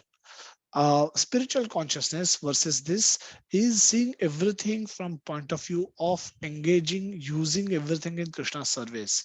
Now, everything is owned and controlled by Krishna, and uh, if it is given to me by Krishna's grace, Krishna's mercy, I should I should act like a caretaker of that property, and I should engage that property in service of Krishna. If I'm given family members, I'm become the caretaker. I'm not the enjoyer of my wife. I'm not the controller of my kids. I am only caretaker of these souls who are interested in my custody by Krishna. So what is my role? My role is to engage them somehow in verse serving Krishna. And that if I can do, I have done my part as a father, as a husband. If I'm given wealth, I'm given material opulence, if I'm given material qualities, I should be, best service of use of those qualities is in service of Krishna. The best use of that wealth is in service of Krishna. So see a mango and cultivate a desire, get an instant desire to offer it to Krishna. That is spiritual consciousness. So when a person has fallen into the deep ocean, he needs help. Whenever you fall into a deep ocean, you need help. A rope can be thrown from the above, and a person must hold on to it tightly. However, the escape depends on the mercy of the person pulling from above. So, effort by a person in water who has fallen into the ocean, that person's efforts are required, necessary, but they are not sufficient alone for his rescue. Mercy is must. Krishna's mercy is must for us to be lifted from material consciousness to spiritual consciousness. Now, let's understand this material consciousness. Why do we call it? Our world is so beautiful. There are so many gardens all around us, so many nice parks where we go for morning walks. Evening, we have beaches and nice places of where we can go. Our government seems to be doing well. Our economy seems to be doing well. Our movies seems to be doing well. We have a lot of hospitals in our city where we can go. If we fall sick, we can get good treatment. So there are all kind of comforts today are available at my disposal. So why at all then this verse describe, or in general scripture, Bhagavad Gita, Bhagavatam and Chaitanya Charitamrita describe this world as a miserable place, as a bhava sagar, as a ocean of nuisance? So let's try and understand that slightly. So we have fallen in the ocean of material existence and we have been provided with a rope of bhakti. Now, bhakti that we've got, bhakti lata bij that we have got is the rope using which we can go back to Krishna. Now, but why should we want to go anywhere from the current position? So the ocean, this ocean is, what is the nature of this ocean? This ocean is filled with desires. The ocean is filled with desires. Purusha prakriti stohi bhunte prakriti jangunan karana gunasangosya sat asat yoni janmasu. So this bhavasagar, ocean of nuisance, is there because of my desires to enjoy and control the world. Now these desires, these temptations, um, results force me to act on it and results into actions. So because I have desires, because I get tempted, I act, I perform actions, some kind of actions, I perform karma. And as soon as I act, I become entitled to a fruit of action, and the fruit can be good, bad, ugly, depending on my consciousness, depending on my karma. And to enjoy or suffer the fruit, I need to take additional birth. If I'm not able to finish uh, all my reactions in one lifetime, I am forced to take another birth, and we are committing karma every moment, every now and then, and we have done this for millions and millions of lifetimes. So we have no idea how much burden that we have of fruit, burden of fruits that we need to yet suffer and enjoy in this material world. So this is what is the material world is all about. Desire, when get fulfilled, uh, give pride, rise to pride, greed, and arrogance. When unfulfilled, the same desire results into anger, frustration, anxiety, stress, and lead to action subsequently. When we act with anger, frustration, and distress, we can end up making sinful actions.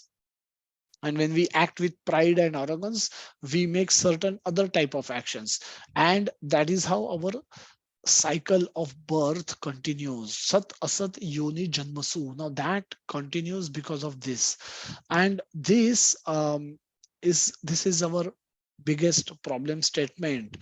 And the through the process of bhakti, we call Krishna for help.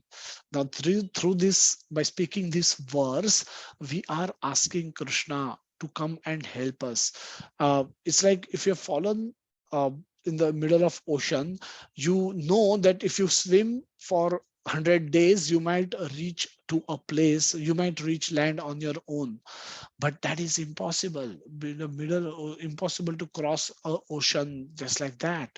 So the best way to cross a ocean is to seek help from above. If someone comes and lift us up by their mercy, our time is, we are quickly saved, we are quickly saved, and we are protected. Similarly, So for that, devotees are calling, devotee Chaitanya Mahaprabhu making a call to Krishna, that praying to Krishna to pull us out of this ocean, because without his mercy it is impossible for us to achieve it on our own effort. The picture is that of a food vending machine.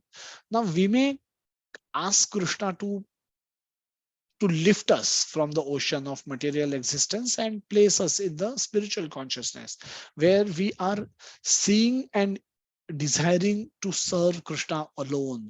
There is no other desire, personal enjoyment. There's no desire for personal gain. There's no desire for personal uh, opulence. Everything is, or the only desire we are left with is to how best we can love and serve Krishna, what we can do for Krishna next in the given situation. When we land up in that situation, that is spiritual consciousness. Now that is a lofty situation, a lofty dream situation to achieve. Is it easy? Can that happen? When we call for Krishna, is Krishna obliged to help us instantly? Just like how we put a coin or a note inside a food vending machine is supposed to give us immediately the result that we ask for. Is our deal with Krishna like that? So the 2 hours of chanting, is it sufficient to attract Krishna's mercy? Now, mercy is not demanded, but it is attracted through prayers and petition. So humility, tolerance, and submissive mood are the basic ingredient that a devotee should have to seek mercy from Krishna, and rest depends on Krishna's reciprocation. And So he reciprocate with us in proportion to our endeavor. Our endeavor, not only external endeavor, but internal endeavor as well. Internal is also most important. That what is our mood? If sometimes we don't feel like chanting, but we should push ourselves to complete our rounds every day, no matter whether we are happy about it or whether we are able to chant nicely or not chant nicely. We should attention, there should be a focus on chanting nicely. And when we are not able to somehow chant nicely, we are not able to concentrate while chanting, we should not, we should have a horrible, we should feel horrible about it, that I had I chanted very badly, not justify it, saying that, oh, last night I probably came late, I slept late, therefore, I don't justify it. Just feel horrible about it if you're not able to concentrate while you're chanting. So our endeavor, our attitude towards chanting, our attitude towards devotional service is critical. Is that determines how much our submission to Krishna is. That determines how much surrender we are to Krishna. And Krishna's reciprocation depends on our attitude. If we are only doing lip service in our heart, we don't feel giving respect to people, then Krishna will not reciprocate with us in that in the same way. So Krishna will hold things back if we are that, if we have that kind of attitude. But if we are wholeheartedly serving Krishna, trying to serve Krishna to the best of our capacity, to the best of our ability, and if there are any shortcomings, Krishna does not mind it.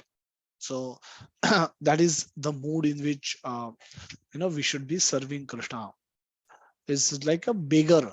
The beggar, just like a beggar, how beggar ask for alms, like that we should be praying to Krishna. A beggar, what does a beggar do? A beggar understand that he is lower or subordinate compared to the donor. So there's a donor, there's a beggar. And what does a beggar do? Beggar invoke karuna, daya in the mind of a donor by describing his own fallen condition vis-a-vis how great, how comfortable the donor's position is. So there's a comparison that is drawn, that you are so great and I am so fallen. Now when you say this and when you mean it sincerely, it's sufficient to invoke daya, karuna into the mind of a donor. And then donor gives charity. After getting charity also, one has to glorify the donor, one has to thank the donor. And that is what is should be, that is what we should also be doing. That devotee must try his best to act as per the instructions of given in verse 3 and 4. So that is our diligence. That is what we can do. We can be humble, we can be submissive, we can be tolerant, and we should have right desires to serve Krishna without any personal motive, without any personal gain, without desiring any personal enjoyment. We should have desire to love and serve Krishna life after life after life after life. When we serve Krishna like this, when we cultivate desires like this, now that is our part. That is something that we should be prepared to do, we should be trying to do, we should be endeavoring to do. And this verse comes as a prayer petition to Krishna, that I am doing this, O Krishna, but without your mercy I am helpless. Now diligence first, dependence later. This verse is a dependence on Krishna, that shows how dependent we are on Krishna for mercy, and without his mercy we cannot achieve anything. So diligence first, we have to do our part first, dependence later. Depend on Krishna once only you have done your part, not before doing your part. That is laziness. If you only depend on Krishna saying I'll do nothing, you come and lift me, that is called laziness. We have to do our part. We have to be humble. We have to learn to be humble. We have to chant our rounds nicely. We have to develop, we have to cultivate, we have to win this battle with our own mind, to allow Krishna to enter our heart. We have to submissively surrender to the holy name. We have to chant holy name nicely. Uh, Knowing its full potency, knowing that it is nothing but Krishna, knowing how great the holy name is, how with because of Krishna's mercy, the holy name is today available to us to chant. Without their mercy, even this will not be available. And how we are insignificant, how we are not qualified, but still, because of Krishna's mercy, because of Krishna's mercy, devotees' mercy, this is become available to me. So I should take it with in a wholehearted manner. I should develop attachment to remember holy name. I should develop attachment to remember Krishna. I should not, otherwise I'll be very unfortunate, that despite of given the best opportunity, I'm able to misuse it. I ended up misusing, not use it properly. What's then? What's a gain? And then I should be humble. So become, if you are humble, you will become nice devotee. If you are nice, if you become a nice devotee, you will become more humble. So it's a symbiotic process which help each other. But that's most important. And the first and last word in bhakti is becoming humble. You will not even inquire from devotees if you are not humble, if you are not submissive, if you are not tolerant. A devotee, even when our shraddha is very weak or very low, without humility, we cannot approach a devotee. We cannot learn anything from a devotee.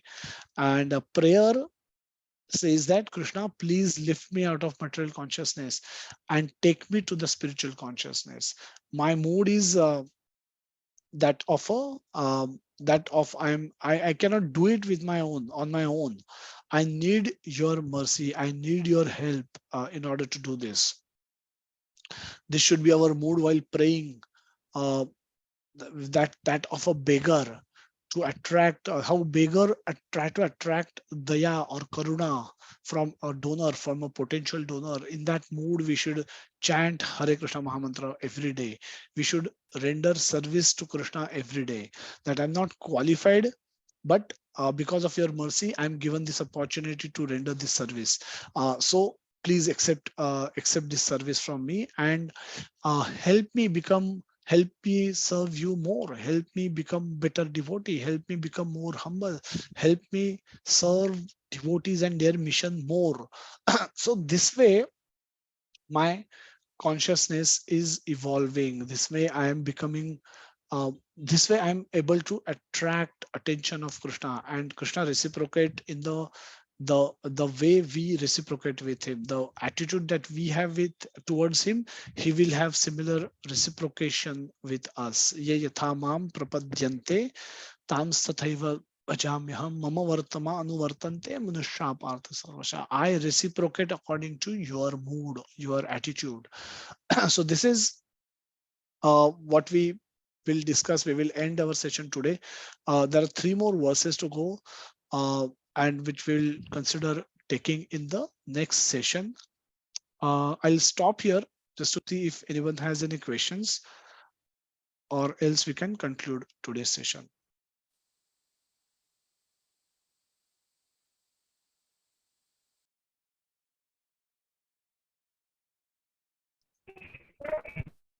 So just Please to, continue, Prabhuji. Dandavat pranam. yes, Prajay.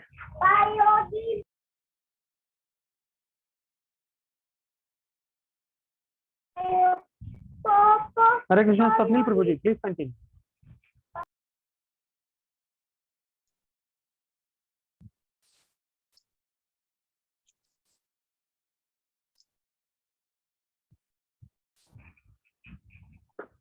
Hare Krishna, Prabhuji. Dandavat pranam. I don't know second Prabhuji who was actually, so I presumed he was Swapnil Prabhuji. I thought. But thank you very much, Prabhuji, for enlightening and giving a refresher capsule on this and how to chant and how to meditate upon the Lord. That is very much required, though that is required on a daily basis.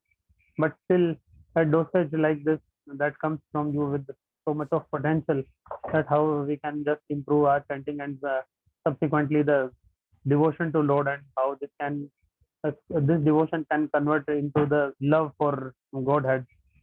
It was just very enriching in nature, and please be like be more and more intense, rather be more and more heavy, as I was speaking to His Grace Narottam Priya Prabhuji, that the if I can see humility in someone in the congregational devotees, the name of His Grace Mahapati Ram Prabhuji comes first, because in every and any and every situation he used to be so calm and so humble. So you are just not a uh, just not a enricher of our spiritual knowledge, but but a practical example as well, showing by your practical example. And I presume that this all you have gained from the birth and by after association of devotees that has enriched more and more. So would be very happy if you come individually onto us with even very harsh word that this particular thing is lacking and that is to be corrected. So that will be most welcome. But anyway, you are enriching our spiritual consciousness, whatever decimal point that is in me, to a very greater extent, and with your very great efforts you are taking into doing that. So thank you very much, Guru, for that. Please accept my humble obeisances for that. Hare Krishna, Dandavat Pranam to Guru. Hare Krishna, Prajay. Dandavat pranam.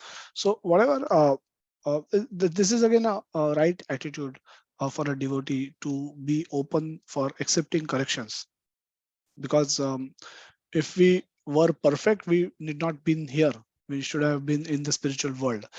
We are here is the result because we are imperfect, and hence we should be open to accept corrections, and corrections will come when we open our heart to devotees, when we seek help from devotees, and that can happen only when we have basic humility. So whatever we have has come from our senior devotees, and ultimately from Prabhupada and Chaitanya Mahaprabhu. This is their mission, and we are playing our role as it is given to us by our senior devotees. So all glories to them. And but as a individually, we all should aspire for corrections. We should aspire to seek corrections and becoming open to remaining open to corrections. And I remember the words you mentioned in one of their morning japa talk, that hearing without defending is so crucial. It's not practiced in material world. Even if our boss chastises us, we don't hear without defending. We may not speak out, but in our mind we have countered all their arguments, all the criticism. Hearing without defending is not easy, and speaking without offending is also not easy, but hearing without defending is what we need to learn and to practice. And that's not easy. So let's all try and practice it. Again, these verses have unlimited meanings, and each of those words in each of these verse can be discussed at length. What we can only do in limited time is touch the touch the only the iceberg. So it's like an iceberg. So we can see only very little portion on the top which we are able to touch. There could be huge thing inside the water which we are not able to perceive, not able to understand given our current situation, given our current material uh, consciousness, material consciousness, which we are trying to purify, but still it's a material consciousness that we are all affected with. So given our capacity, this is all what we could understand, but there is a lot, a greater depth in these words, which were spoken by Mahaprabhu, and those can be accessed and assessed if one decide, one wishes to go deeper into these meanings. So please continue to endeavor to learn more about the tattva, but by practicing the instruction, the best way to learn a tattva is by practice what is being taught. And if we are not practicing it sufficiently, we are declining ourselves an opportunity to attract mercy of Krishna. So don't do that. Utilize this one lifetime for Krishna, and then we may not have to come back again and then be with Krishna forever. So that is a call for action given by Maharaj as well. Kadam Kanand Maharaj, when his last address, he make this as a call for action to all of us. So we all should endeavor to it. So if there are Hare no, Krishna Prabhuji, Dandrat Pranam Prabhuji. yes, Prabhuji, Hare Krishna. Thank you for such an enriching and wonderful session. It was really wonderful to listen to you all the time. And one thing which just came to my mind while we are discussing, like invoking mercy of God, we should explain our misery, our problems, just like a beggar. So what I was thinking, like whatever there in our life is there as per our karma. Why should we explain our misery and everything to invoke mercy of God? We should create love, or you can through devotion service, rather than explaining our misery, or just exponentially explaining that and then invoking mercy and attraction of the God. So that point, just I want to have a clarification on that. Yeah.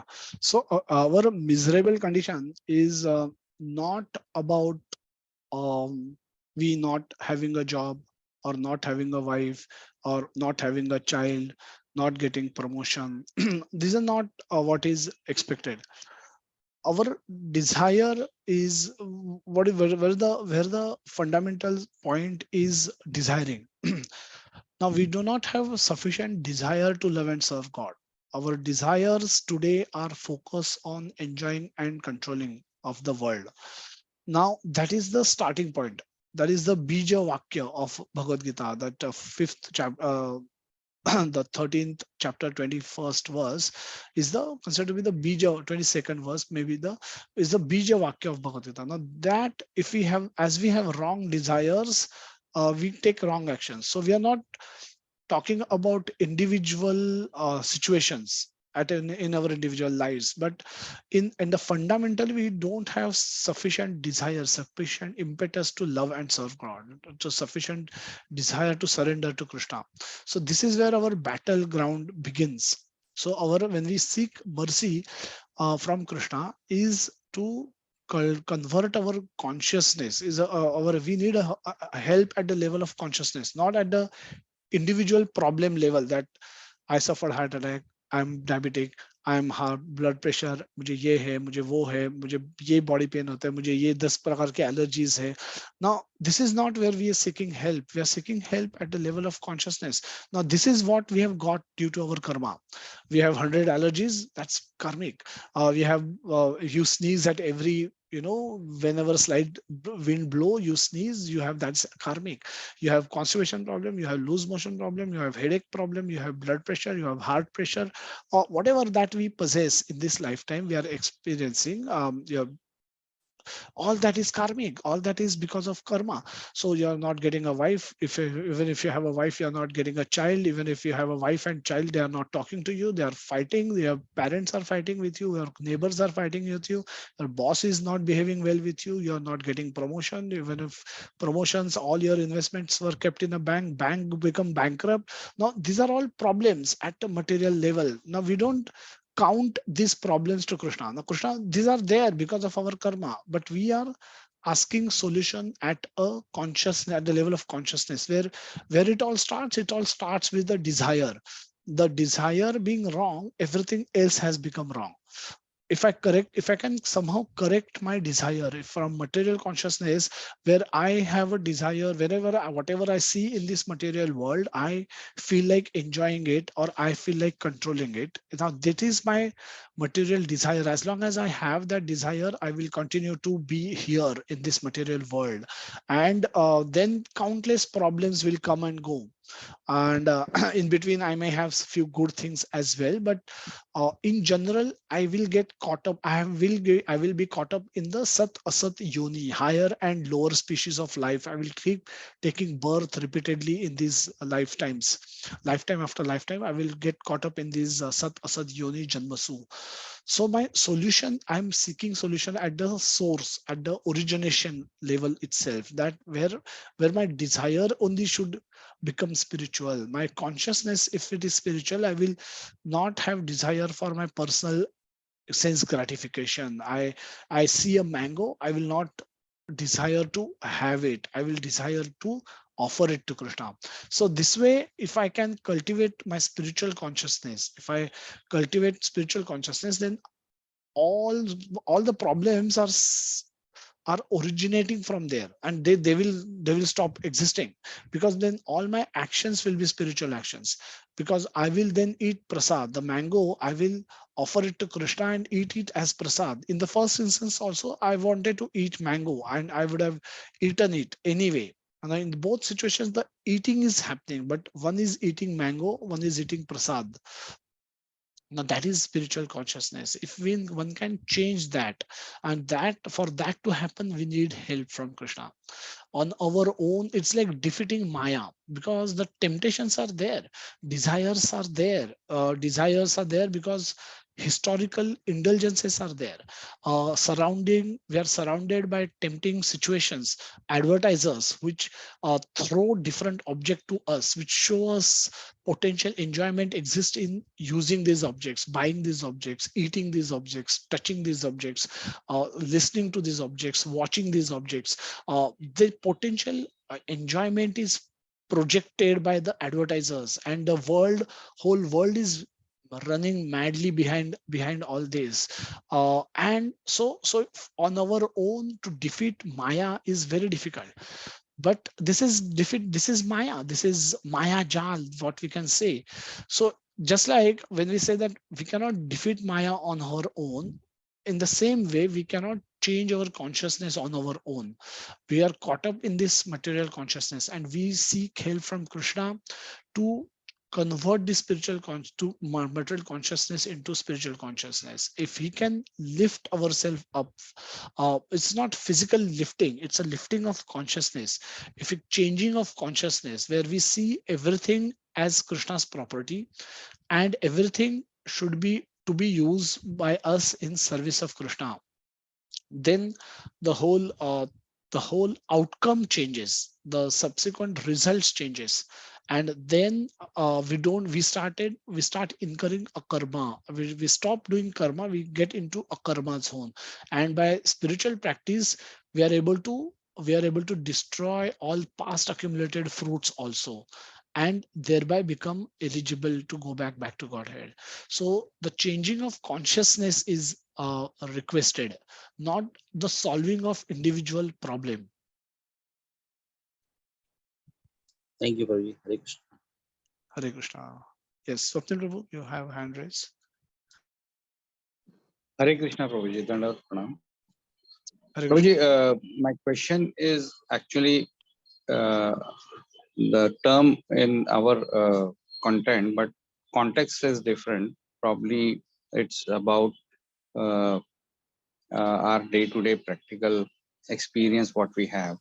So basically, what we have learned that we should in our bhakti consciousness about humility, and that's what now I think I've I have advanced in that particular guna dharma, humility. But my question is about that when we are in the practical world, in the materialistic world, self-respect and humility, does it both go hand to hand? Because somewhere uh, self-respect calls for immediate corrective action, whereas humility asks you to be patient, to be understanding, and so how do we manage humility along with the self-respect, or we should there's some other way we can counter any situation, and how do we should handle that situation in practical world? Hare Yeah, Krishna Prabhuji. Hare Krishna. So let's take an example. So I am a chartered accountant, okay, with 20 plus years of experience. So when I go to office, I work as a as a senior finance leader role. So when I go to office, how should I interact with my team? Should I be humble? Should I be arrogant? Should I be proud of my achievements, my knowledge, or uh, how should I conduct myself? So the way we used to conduct and way we conduct now, there is some difference. Today we today also people will respect if you are qualified, if you have some education, material education, and if you are able to demonstrate certain type of skills repeatedly in a predictable way, you will get a respect and from the organization, from your colleague. However, as long as you know that who is at the origin of, who is, because of whom you have these skills, because of whom you have these abilities, because of whom it was possible for you to get the necessary qualifications. So once you, if you always remember the hand of Krishna in your success, then you can be resourceful but without being arrogant. You can be resourceful, you can be helpful to others without being proud. Now this is possible to do, and uh, Mataji is also saying it's possible today's world, as it often takes place, our weakness. So it should be becoming humble is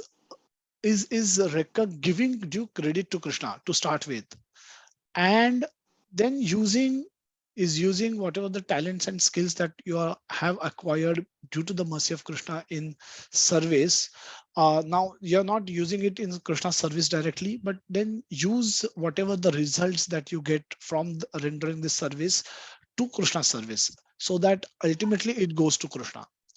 So if you can have that consciousness and work on it, then it will be possible for you to be humble even in your own world, wherever you are working as a professional, in your professional life, in your career. It's not very difficult. And again, this is a general principle spoken. Individual case can call for some corrections or some modifications of the principle, but the principle remains the same, that whoever we could be, whoever we are, is due to mercy of Krishna. Every day morning, I remember what I have learned in my career and my experience, because I have remembrance which comes from Krishna. I have a buddhi which comes from Krishna. I have forgetfulness which comes from Krishna. When I'm working, concentrating on a project or working hard on some piece, I am need to forget other things. I need to forget, oh, India is playing Australia and what's happening. So that forgetfulness is required so that I can concentrate on the given task on my hand. And that forgetfulness also comes from Krishna.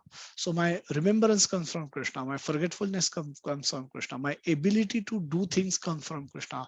My intelligence comes from Krishna. My power comes from Krishna.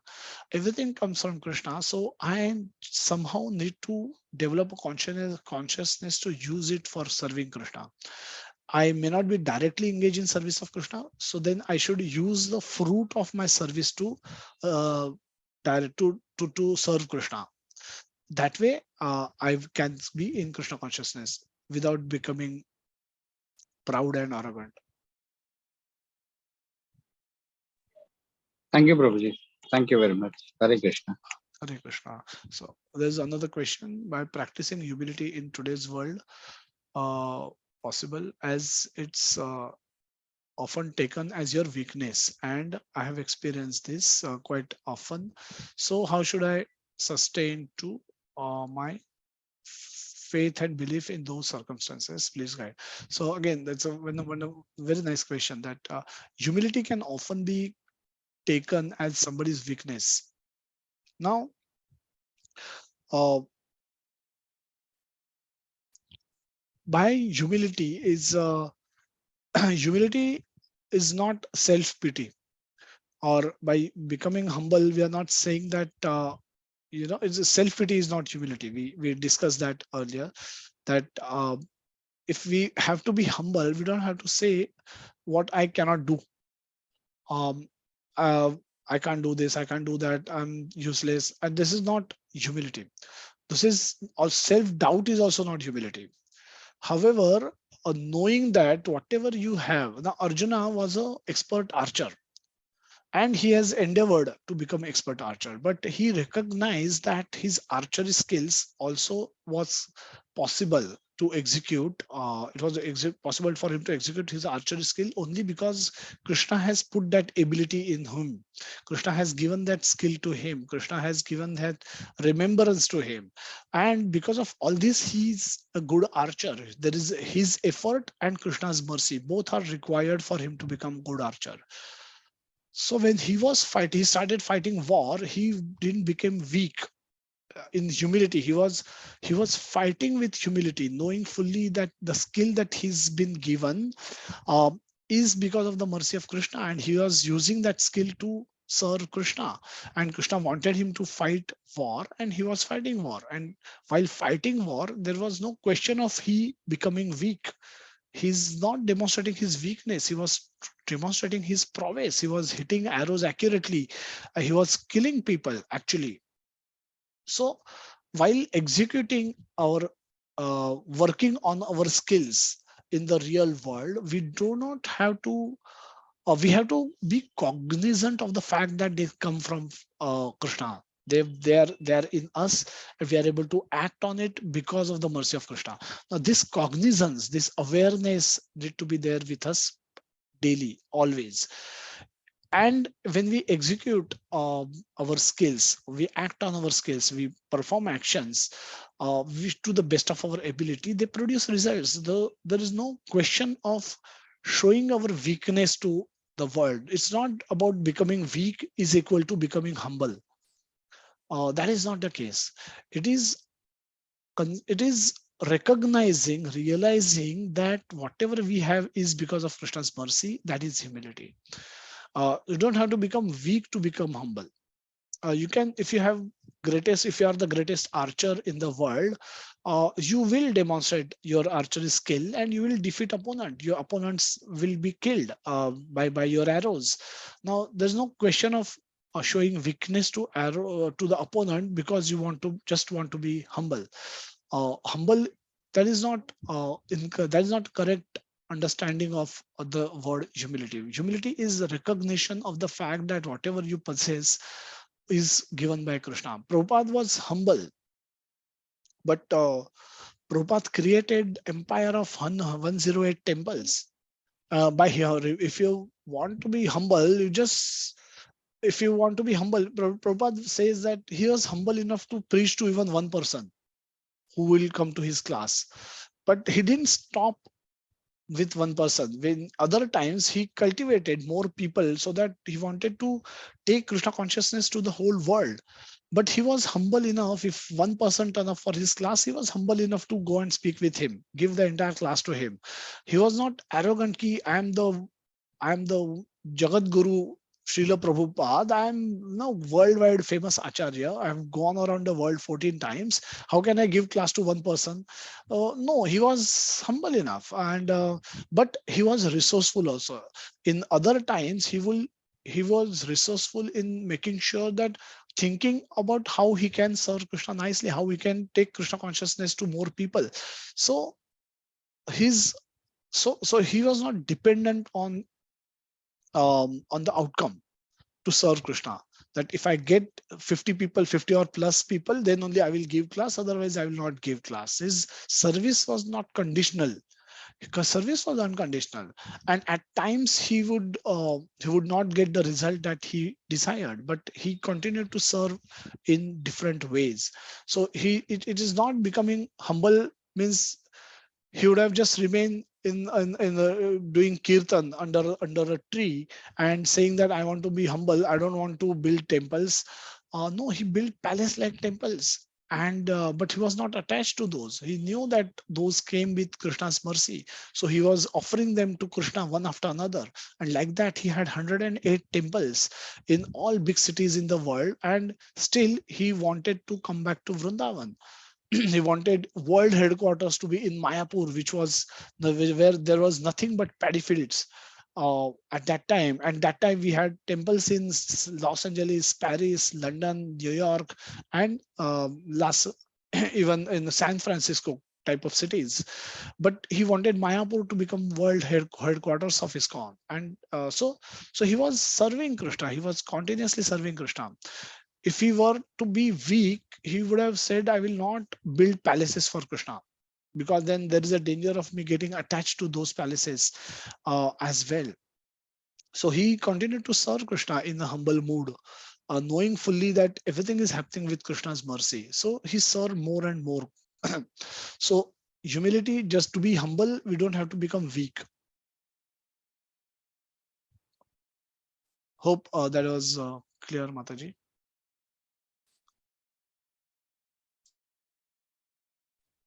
So don't see any other questions, so we can conclude today's session. So we have 3 more beautiful verses to go. Again, from there the focus shift from self-talk, petition to manifestation of spiritual symptoms. Very beautiful verses, and Vaidhi Bhakti to Raganuga Bhakti to Bhava Bhakti and Prema Bhakti.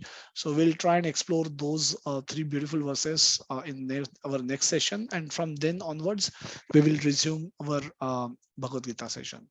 Um, so thank you so much for joining and staying back for the extended session, and we'll meet next Sunday and continue with our discussions on Chaitanya Shikshashtakam. Shri lord Chaitanya Mahaprabhu की जय, गौर निताय की जय जय, हरे श्रील कृष्णा प्रभुपाद की जय. Thank you, Prabhu. Hare Krishna. Hare Ram Krishna. Hare Krishna, Hare Prabhu. Krishna Hare Hare Krishna, Prabhu. Hare Pranam. Prabhuji. Prabhu ji Hare Krishna. Hare Krishna Prabhuji. Hare Thank you, Krishna. Prabhuji. Hare Krishna Prabhu ji Hare Krishna Prabhu ji Hare धन्यवाद Krishna, Prabhu. Dandavat Pranam. हरे Hare Krishna. Hare Krishna धन्यवाद. Prabhuji. Dhanavad Hare pranam. Krishna Thank Prabhu you. जी धन्यवाद हरे हरे कृष्णा. कृष्ण प्रभु जी दंडवत प्रणाम thank you so Hare much Krishna Prabhu ji Hare Krishna. Hare Hare Krishna Krishna Hare Prabhuji. Krishna Dhanavad pranam. Hare Krishna ji. Hare Krishna Prabhu ji Hare Krishna Prabhuji. Dhanavad pranam. Hare Krishna. Hare Krishna Prabhuji. Dhanavad pranam. Thank you so much. Hare Krishna माता जी. Thank you.